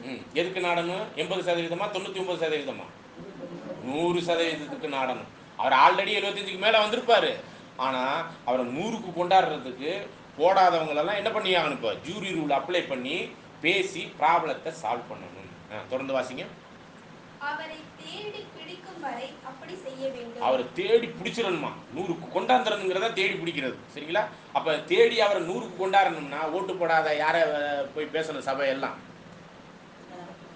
மற்ற 80%, 95% 99% ஓட்டு போடாத அந்த நபர்கிட்ட போய் பேசணும். பேசி பாருங்க, அவர் நல்ல ஊழியக்காரருங்க, அவர் சரி பண்ணிடுவோம், உங்களுக்குள்ள உள்ள அந்த அதிருப்தியை சரி பண்ணிடுவோம், என்னன்னு சொல்லுங்க, அது பேசுவோம், நம்ம சும்மா விட போறதில்ல. அவரும் சரியாகணும், நம்மளும் சரியாக இருக்கணும், அதே நேரத்தில் தேவனுடைய ஊழியமும் நடக்கணும். இப்படிலாம் நம்ம பேசி ஒருவேளை சகோதரி அப்படி ஒரு வைராக்கியமாக இருக்கிறாங்க, நான் போட முடியாது, 2வது வாரமும் நான் போட முடியாது, 3வது வாரமும் 4வது வாரமும், சரி நம்ம தப்பு பண்ணிக்கிட்டே இருக்கிறோமே, அவங்க தான் மனம் திரும்புறேன்னு சொல்கிறாங்கல்ல, நம்ம இப்போ என்ன பண்ணணும்? 7 அல்ல 490 முறை ஆனாலும் என்ன பண்ணணும்? இப்போ மன்னிக்கணும். மன்னிப்பு கேட்டு அதை சரி பண்ணுறேன்னு சகோதரர் சொல்லிட்டாருன்னா, ஒருவேளை சகோதரர் தவறாக இருந்தாருன்னா அது சரி பண்ணுறேன்னு சொல்லிட்டாருன்னா நீங்கள் என்ன பண்ணணும்? மன்னிக்கணும். சரிங்களா? அப்போ அப்போ புரியுதா? இந்த எலெக்ஷன் முறைமை எங்கேயாச்சும் இருக்குதா? ஆனால் இது இல்லைன்னா பிரிவினை தான் ஒரு சபை 2ஆ பிரியும். நல்ல வேலை இங்கே சகோதரர் ஒருத்தர் தான் இருக்கிறார். ஒருவேளை 2 பேர் 3 பேர் இருந்தாங்கன்னு வச்சுங்க, அவங்களுக்கு ஒரு குரூப்பு, இவங்களுக்கு ஒரு குரூப்பு, அதுல ஜாதிக்கு ஒரு குரூப்பு, காசு கொடுத்தவங்களுக்கு ஒரு குரூப்பு, சுண்டக்கடலை கொண்டக்கடலை பஜ்ஜிக்கெல்லாம் ஓட்டு போடுற குரூப் இருக்கிறாங்க நம்ம வேதமானவரில். அவரா டீ கடைக்கு போனால் பஜ்ஜி டீ எல்லாம் வாங்கி கொடுப்பாருங்க, அவருக்கு எப்படிங்க நான் ஓட்டு போடாமல் இருக்கிறது? இப்படிலாம் இருக்குது. இல்லைன்னு சொல்ல சொல்லுங்க, இல்லைன்னு சொல்லுங்க, உண்மை. சரிங்களா? அப்ப நீதியை நிலைநாட்டுவதற்கும் அநீதியை சரி பண்ணுவதற்கான ஒரு விஷயம் எதுல இருக்கு? இந்த ஜூரி ரூல்ல ஏகமானதுல இருக்கு, பெரும்பான்மையில இல்ல. அதனாலதான் பெரும்பான்மை போதுமானதல்லன்னு சொல்ல வர்றாரு. தொடர்ந்து வாசிங்க. இல்லை என்றால் அந்த விஷயத்தை விட்டுவிட வேண்டும். ஒரு 4 வாரம் ட்ரை பண்ணலாமா? அது வரையும் அவரை அவங்க ஏத்துக்கல, ஒரு சில பேர் ஏத்துக்கலன்னா சரி இந்த வருஷம் இவருடைய ஊழியம் வேண்டாம் அப்படின்னு முடிவெடுத்துக்கலாம். சரிங்களா? ஆனால் நம்ம இதிலே நம்ம தெளிவாக அதுக்கு முன்னாடியே பேசி கீசி எல்லாம் என்ன பண்ணிட்டோம்னா சரி பண்ணிட்டோம்னா நேரடியாக எலெக்ஷனுக்குள்ளே அவங்கள என்ன பண்ணிடலாம், ஏகமனதிலே கொண்டாந்துடலாம். சரிங்களா? தொடர்ந்து வாசிங்க. இல்லை என்றால் எல்லோரும் இன்னும் 2 அல்லது 3 பேர் தங்கள் எல்லோருடைய யோசனையை நிறைவேற்றும்படி ஒருவர் பின் ஒருவராக சேவை செய்யக்கூடியவர்களை தெரிந்து கொள்ளட்டும். இப்போ யாருமே வரல ஏகமனதில் வச்சுக்கோ, அப்போ என்ன பண்ணணும்? 75% உள்ளவங்களை தானே பண்ணணும். அப்போ என்ன பண்ணணும்னா ஒவ்வொரு மாதத்துக்கு ஒவ்வொருத்தரை போடுறது, 100% கொண்டாடுறதுக்கு ஒவ்வொரு மாதத்துக்கு ஒவ்வொருத்தரை போட்டு அதில் திருப்தி அடைஞ்சு ஒரு சில பேரை திரும்பவும் ரீஎலெக்ஷன் பண்ணி கொண்டாடலாமா. அவங்களுடைய சேவையை பார்த்துட்டான், இவங்களுக்கு வித்தியாசமாக நல்லா பண்ணுறாரு அப்படின்னு சொல்லிட்டு அந்த ஒரு காரியத்தை கொண்டாடலாமா. தொடர்ந்து வாசிங்க. ஆனால் தாளந்துகள் சமமாக காணப்படும் பட்சத்தில் ஒருவரை ஒருவர் கனத்தில் முந்திக் கொள்ளும்படியாகவும் வழிநடத்துதலுக்கான ஜபமும் சத்தியத்தின் மேலும் ஆண்டவர் மேலும் ஊக்கமான அன்பு காணப்படும் என்றால் இந்த பொருளில் ஆண்டவருடைய சித்தம் இன்னதென்று எல்லோரும் அறிந்து கொள்வது பொதுவாக எளிதானதாக காணப்படும். அதாவது இதுல நீங்க இந்த ஜூரி ரூல ஏகமனதை கொண்டாடலன்னா பெரும்பான்மை விதியில ஒரு நான் ஏற்கனவே சொன்னதான் 2-3 பேர் நல்ல ஆவியின் வரத்தை பெற்று சபையில வழி நடத்திக்கிட்டு இருக்கிறாங்கன்னா அவங்களுக்குள்ள போட்டி போறாம வரும். பெரும்பான்மை விதியில் எனக்கு ஒரு 10 பேர், உங்களுக்கு ஒரு 10 பேர்னு ஒரு இது வரும். அப்ப அந்த ஒருத்தர் இவர் என்ன பண்ணணும்னா என்னையை உற்சாகப்படுத்தி இன்னும் பண்ணணும், நான் என்ன பண்ணணும்னா அவரை உற்சாகப்படுத்தி அவருக்குள்ள உள்ள ஊழியங்களை இது பண்ணணும். அது பண்ணாம என்ன பண்ணிக்கிட்டு இருப்போம், அவர் ஊழியத்தை பெறக்கூடாது அப்படி சொல்லி குரூப்பிசம் பண்ணி நான் ஒரு குரூப்பை வச்சுக்கிட்டு அவருக்கு ஓட்டு போடாதான்னு பேசிக்கிட்டு இருக்கோம். அதுதான் சொல்றாரு இங்க. உற்சாகப்படுத்தணுங்கிறத விட்டுட்டு எலெக்ஷன்ல இதுவரை தமிழ்நாட்டில் நடந்திருக்கிற மற்ற இந்தியா அளவில் உலகளாவிய அளவில் பற்றி எனக்கு அந்த அளவுக்கு தெரியாது. இந்த பெரும்பான்மை விதியில் வந்து பண்ணுறவங்க ஒரு முறை 10 மூப்பர்கள் வந்த இடத்துல இப்போ அப்படியே 5, 3, 1ன்னு வந்துக்கிட்டு இருக்கு. அதுக்கப்புறம் அந்த குரூப்பிசம் எனக்கு ஓட்டு போடலையா அப்படின்னு அந்த அந்த குரூப் பிரிஞ்சு போய் தனி சபை ஆரம்பிக்கும். 1 Corinthians 1:10 அதுல வருமா? சபை பிரிஞ்சு போகுதுனாலே என்ன ஆச்சு? நீ ஏகமனதுல இல்ல, பிரிவினை ஆவி, பொறாமை, வாக்குவாதம், அதனாலதான் பிரிகிறவங்க கிறிஸ்துவுக்குள் குழந்தையா வளரவே இல்லைன்னு அர்த்தம்.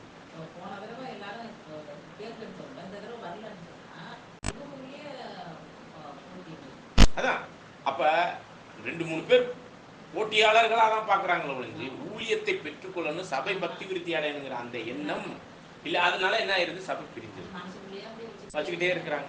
அதுக்கான சொல்யூஷன் கிடைச்சிச்சா? பேசித்தாங்க சொல்யூஷன் இருக்கிறதுனால நீங்க உங்களுக்கு அது அது ஒன்ன வர முடியலையே.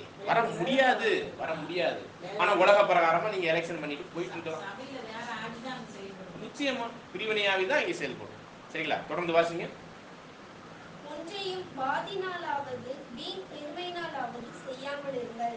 அப்ப வாதம் வீண் பெருமை என்னாலதான் அனுச்சு, அப்புறம் வாதம் அவர் தப்பு, அது இது பொறாமை, இதெல்லாம் சரி பண்றதாங்க இந்த ஜூரி ரூல். புரியுதுங்களா? ஆகவே இந்த ஜூரி ரூலை அப்ளை பண்ணி ஏக மனதில் எலெக்ஷன் பண்றது உங்க விருப்பம். இல்ல பெரும்பான்மையில நான் யாருக்கும் எதுவும் சொல்ல வேணாங்க அப்படின்னு இருந்தாலும் அது உங்க விருப்பம். எல்லாமே அதேதான் நடக்கும். ஜூரி முறையே வரலையே. ஜூரிங்கிற வார்த்தையே தெரியலையே, தெரியலையே. அப்புறம் எங்க ஜூரி முறையை பத்தி எல்லாமே பேசுறீங்க? அதே மாதிரி தான் நடக்கும். ஓகே, தொடர்ந்து வாசி. சமாதான கட்டினால் ஆவியின் ஒருமையை காத்துக் பாருங்க கொள்வதற்கு எவ்வளவு முக்கியமான வசனம் எபேசியர்ல. சமாதான கட்டியினால் ஆவியின் ஒருமைப்பாடு. தனித்தனியா சமுதாய ரீதியா, மத ரீதியா, போதனையின் அடிப்படையில, பொருளாதார ரீதியா எல்லா வகையிலும் நம்ம பிரிஞ்சிருக்கிற நமக்கு இந்த சத்தியத்துக்குள் ஒருமைப்பாட்டை கொண்டாந்து நம்மளை ஒருங்கிணைச்சிருக்கிறார். தனித்தனி அவயங்களா இருந்தாலும் நம்ம ஒன் ஸ்பிரிட்டுக்குள்ள வந்திருக்கிறோம்ல, அந்த ஆவி சமாதான கட்டு அப்படின்னா சமாதானம் பண்றதுன்னா என்னது? வாயை மூடிட்டு இருந்தா சமாதானம் ஆகுமா? சமாதானம் செய்கிறவன் பாக்கியவான்.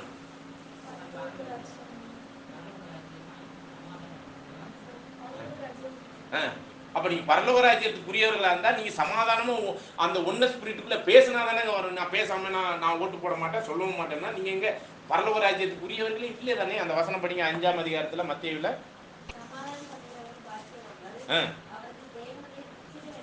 தேவ புத்திரர்களுக்குரிய அந்த உரிமை சொத்து. சரிங்களா? உரிமை சொத்துக்காரர்களுக்குரிய எனக்கு தான் சபை ஆகிறதுக்கு வாய்ப்பு இருக்குங்கிறத நீங்க ஒன்ன ஸ்பிரிட்ல இல்லாம நீங்க எப்படி சபையாக முடியும்? சரிங்களா? பாருங்க. தொடர்ந்து வாசிங்க. உதவி செய்பவர்கள், உதவி செய்யறவன்னா டீக்கன், அதுல சகோதரர்களும் வரலாம், சகோதரிகளும் வரலாம். உதவி செய்கிறவர்கள்னா இப்ப இதுவரையும் பார்த்தது யாருன்னா மூப்பர்களை பத்தி நான் சேர்த்து ரெண்டையும் சேர்த்து தான் நான் பாடத்துல கொண்டாந்தேன். உதவி செய்கிற டீக்கனை பத்தியும் அந்த ஆலோசனை சொல்லப்பட்டிருக்கு. படி. உதவி செய்பவர்கள் என்று பொருள்பட அழைக்கப்படும் உதவிக்காரர்கள் ஸ்திரீகள் விஷயத்திலும் இதே முறை பின்பற்றப்பட வேண்டும். அப்ப ஸ்திரீகளை உதவிக்காரர்களா பண்ணலாமா பண்ணக்கூடாது? அதுக்கான பாடம் வந்துச்சா? ஓகே. அப்ப ஸ்திரீகளையும் பண்ணலாம். எந்த ரூல்ஸ் தான் இதுலயும் அப்ளை பண்ணணுமா? சரிங்களா? நீங்க டீக்கன் பண்றதா இருந்தாலும் சரி, சகோதரிகளை பண்றதா இருந்தாலும் சரி, டீக்கனா இல்ல மூப்பர்களை சகோதரர்கள் பண்றதா இருந்தாலும் சரி, எந்த முறைமையில பண்ணணும்னு சொல்லிட்டார். ஓகே, தொடர்ந்து வாசிங்க. அவர்களுடைய நல் நடத்தையும் ஒரு குணாதிசயமாக எண்ணப்பட வேண்டும். 1 தீமோத்தேயு 3ஆம் அதிகாரம் 8-13 வரை வசனம். எந்த வேலைக்கும் இவைகள் தேவைப்படலாம். எந்த ஒரு வேலைக்கும் டீக்கன் ஊழியம் தேவைப்படலாம். படிங்க. மூப்பராவதற்கு தேவைப்படுகிறவைகளில் பெரும்பாலானவைகளோடு கூட போதகர் சாமர்த்தியமும் ஆவியின் கிருபைகளும் இருக்க வேண்டும். ஓகே, அப்ப போதக சமர்த்தத்துக்குரிய ஒரு மூப்பர்கள் கிடைக்கிறாங்கன்னா நல்ல விஷயம்தான் அப்படிங்கிறத இங்க சொல்லிட்டாரு. சரிங்களா? ஓகே, முடிஞ்சிருச்சுங்களா? இப்ப நீங்க தான் சொல்லணும், இந்த ஜூரி ரூலை புரிஞ்சிட்டீங்களா? இந்த ஏகமனதை புரிஞ்சிட்டீங்களா? ஒருவேளை இந்த ஜூரி ரூலை அப்ளை பண்ணி ஏகமனதுக்குள்ள எலெக்ஷன் பண்ணலாமா அப்படிங்கிறத நீங்க முடிவெடுத்து இதுக்கான ரிசல்ட் சொல்லும் பொழுது தான் நம்ம எந்த எலெக்ஷனுக்குள்ள போகலாங்கிற ஒரு முடிவுக்குள்ள போக முடியும். இல்லைங்களா? ஓகே, இப்போ நம்ம பாடத்தை நிறைவு பண்ணிக்கிறோம். நிறைய வசனங்கள் இருக்கு, நம்ம அது தனி பாடமாக தான் எடுக்க வேண்டியிருக்கு. இந்த ஏகமனதை கொண்டாடுறதுக்கான இன்னும் அநேக வசனங்கள் இருக்கு. நம்ம ஒரே வசனத்தை வச்சு தான் இவ்வளோ விஷயத்த சொல்லி அந்த வால்யூமினுடைய காரியத்தை பேசணும். இன்னும் வேணா ஒரு 3 நிமிஷத்துக்கு ஒரு சில வசனங்களை படிக்கலாம் பாருங்க. ரோமர் 12, 15, 16. 15, 16.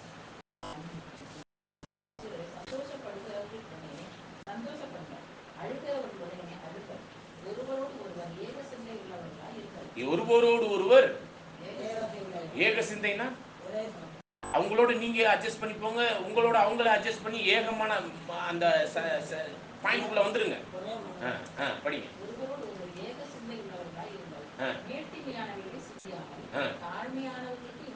பாருங்க, தாழ்மையானவங்களுக்கு இறங்கி போங்க. நீங்க நல்ல லெவல்ல இருக்கலாம், நீங்க என்ன பண்ணணும்? இறங்கி போங்க. சரிங்களா? இறங்கி வாங்க. அந்த அதே லெவல்ல பிடிச்சிட்டு நான் அப்படிதான் அப்படிலாம் இருந்துடாதீங்க. 18 வரையும் கூட படி. எனக்கு எல்லாம் தெரியும், நான் சத்தியம் எல்லாம் அறிவும். அவருக்கு என்ன தெரியும்? அதான் பொறாமை இல்லைங்களா? ஒருவருக்கும் தீமைக்கு தீமை செய்யாதீர்கள். எல்லா மனுஷருக்கு முன்பாகவும் யோக்கியமானவர்களை செய்ய நாடுங்கள். கூடுமானால் உங்களால் ஆன மட்டும் எல்லா மனுஷரோடும் சமாதானமாக எல்லா மனுஷரோடு கூடுமானால் என்ன பண்ணுங்க? எல்லா மனுஷரோடையும் சமாதானமானாதான் இந்த ஏக மனது கொண்டாட முடியும். 18 வரை முடிஞ்சிருச்சுங்களா? ஓகே. அப்ப புரிஞ்சுக்கலாம் பாருங்க. இது மாதிரிலாம் நிறைய வசனங்கள் இருக்கு நம்மளுக்கு, நம்ம பேசுறது. ஆனா விஷயத்தை நீங்க புரிஞ்சுக்கிட்டீங்கன்னா, இந்த ஜூரி ரூலின் மூலம் ஏக மனதை எப்படி கொண்டாடலாங்கிறத புரிஞ்சுட்டீங்கன்னா, இந்த பாடத்தை நான் கன்க்ளூட் பண்ணி இப்போ முடிச்சிடுறேன். மற்ற வசனங்களை நம்ம அடுத்த எப்போ வாய்ப்பு இருக்கோ அதை நம்ம பேசிக்கலாம். ஓகே, நான் இதை நிறைவு பண்ணிக்கலாமா? இந்த ஜூரி ரூலை பற்றி நீங்கள் புரிஞ்சிட்டீங்க அப்படிங்கிறத நான் இது பண்ணும்போது நான் நிறைவு பண்ணிக்கலாமான்னா, இதில் எதுவும் கேள்விகள் இருந்தால் நீங்கள் இப்போ கேளுங்க. இப்போ எடுத்த பாடத்தில் பெரும்பான்மை விதி இருக்குது 51லேருந்து 99 வரையும். அதில் 75க்கு கீழே போனால் ஞானமாக இருக்காதுன்னு பார்க்குறோம். ஆனால் 51ஐயும் அங்கீகரிக்க சொல்லி தான் ரைட்டிங்ஸ் வால்யூம்லேயும் வார்த்தைகள் இருக்குது. அது ஒரு விதி. அதில் யாரும் யாரோடையும் என்ன பண்ணக்கூடாது, அந்த பிரிவினை ஆவிலே இருந்துக்கிட்டு பேசாமலே இருந்துட்டு அப்படியே ஓட்டு போடணும், அப்படியே முடிவுகள் எடுக்கணும், அப்படியே செயல்படணும். சூழ்நிலை சந்தர்ப்பம் அது பொறாமையில் ஒரு குறிப்பிட்ட சபைகள்லாம் அந்த பொறாமையினால ஒருத்தருக்கு ஒருத்தர் ஸ்தோத்திரம் கூட சொல்ல மாட்டேங்கிறாங்க. இது எந்த விதியில் வந்திருக்கு இந்த பிரச்சனை? படிக்க விடுறது இல்லை, படிக்கவே இல்லை, படிக்க விடுறது இல்லை. படிச்சுட்டா சமாதானம் ஆயிடுவீங்க. சமாதானம் ஆயிட்டா எனக்கு வேலை இல்லை. சமாதானம் ஆயிட்டா எனக்கு இந்த சபையில வேலை இல்லை. உங்களை பிரித்து வச்சு கூத்தடிக்கிறது தான் என் வேலையாக இருக்குது. இந்த மூப்பர்கள் வெளியிலேருந்து வர்றவங்களுடைய வேலை. சிங்கம் என்ன பண்ணும்? 4 மாடு ஒன்றா இருக்கிற வரையும்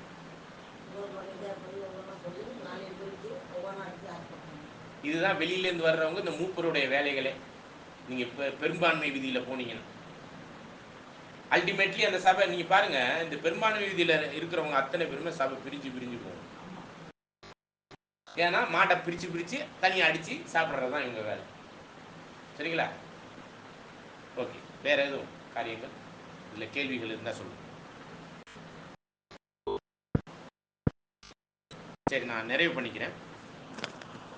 தேவனுடைய கிருபையினால் இந்த ஒரு பெரும்பான்மை விதியினுடைய ஜூரி ரூலை அப்ளை பண்ணும்போது 100% வாக்கெடுப்போடு நம்ம ஏக சிந்தையில் சபையும் இயங்கும், சமாதானமும் வரும், பக்தி விருத்தி உண்டாகும், நீதியை நிலைநாட்ட முடியும், அநீதியை தவிர்க்க முடியும், அநீதியை சரி செய்து நீதிக்கு உட்படுத்த முடியும் அப்படிங்கிற ஒரு விஷயம் இதில் இருக்கிறதுனால நான் முழு சபையுமே என்ன ஆகும்னு பார்த்தீங்கன்னா சபையாகும். ஆமாவா இல்லைங்களா? ஓகே, தேவன் தாமே கிருபையோடு நம்மளை ஆசீர்வதிப்பாராக. ஆமாம்.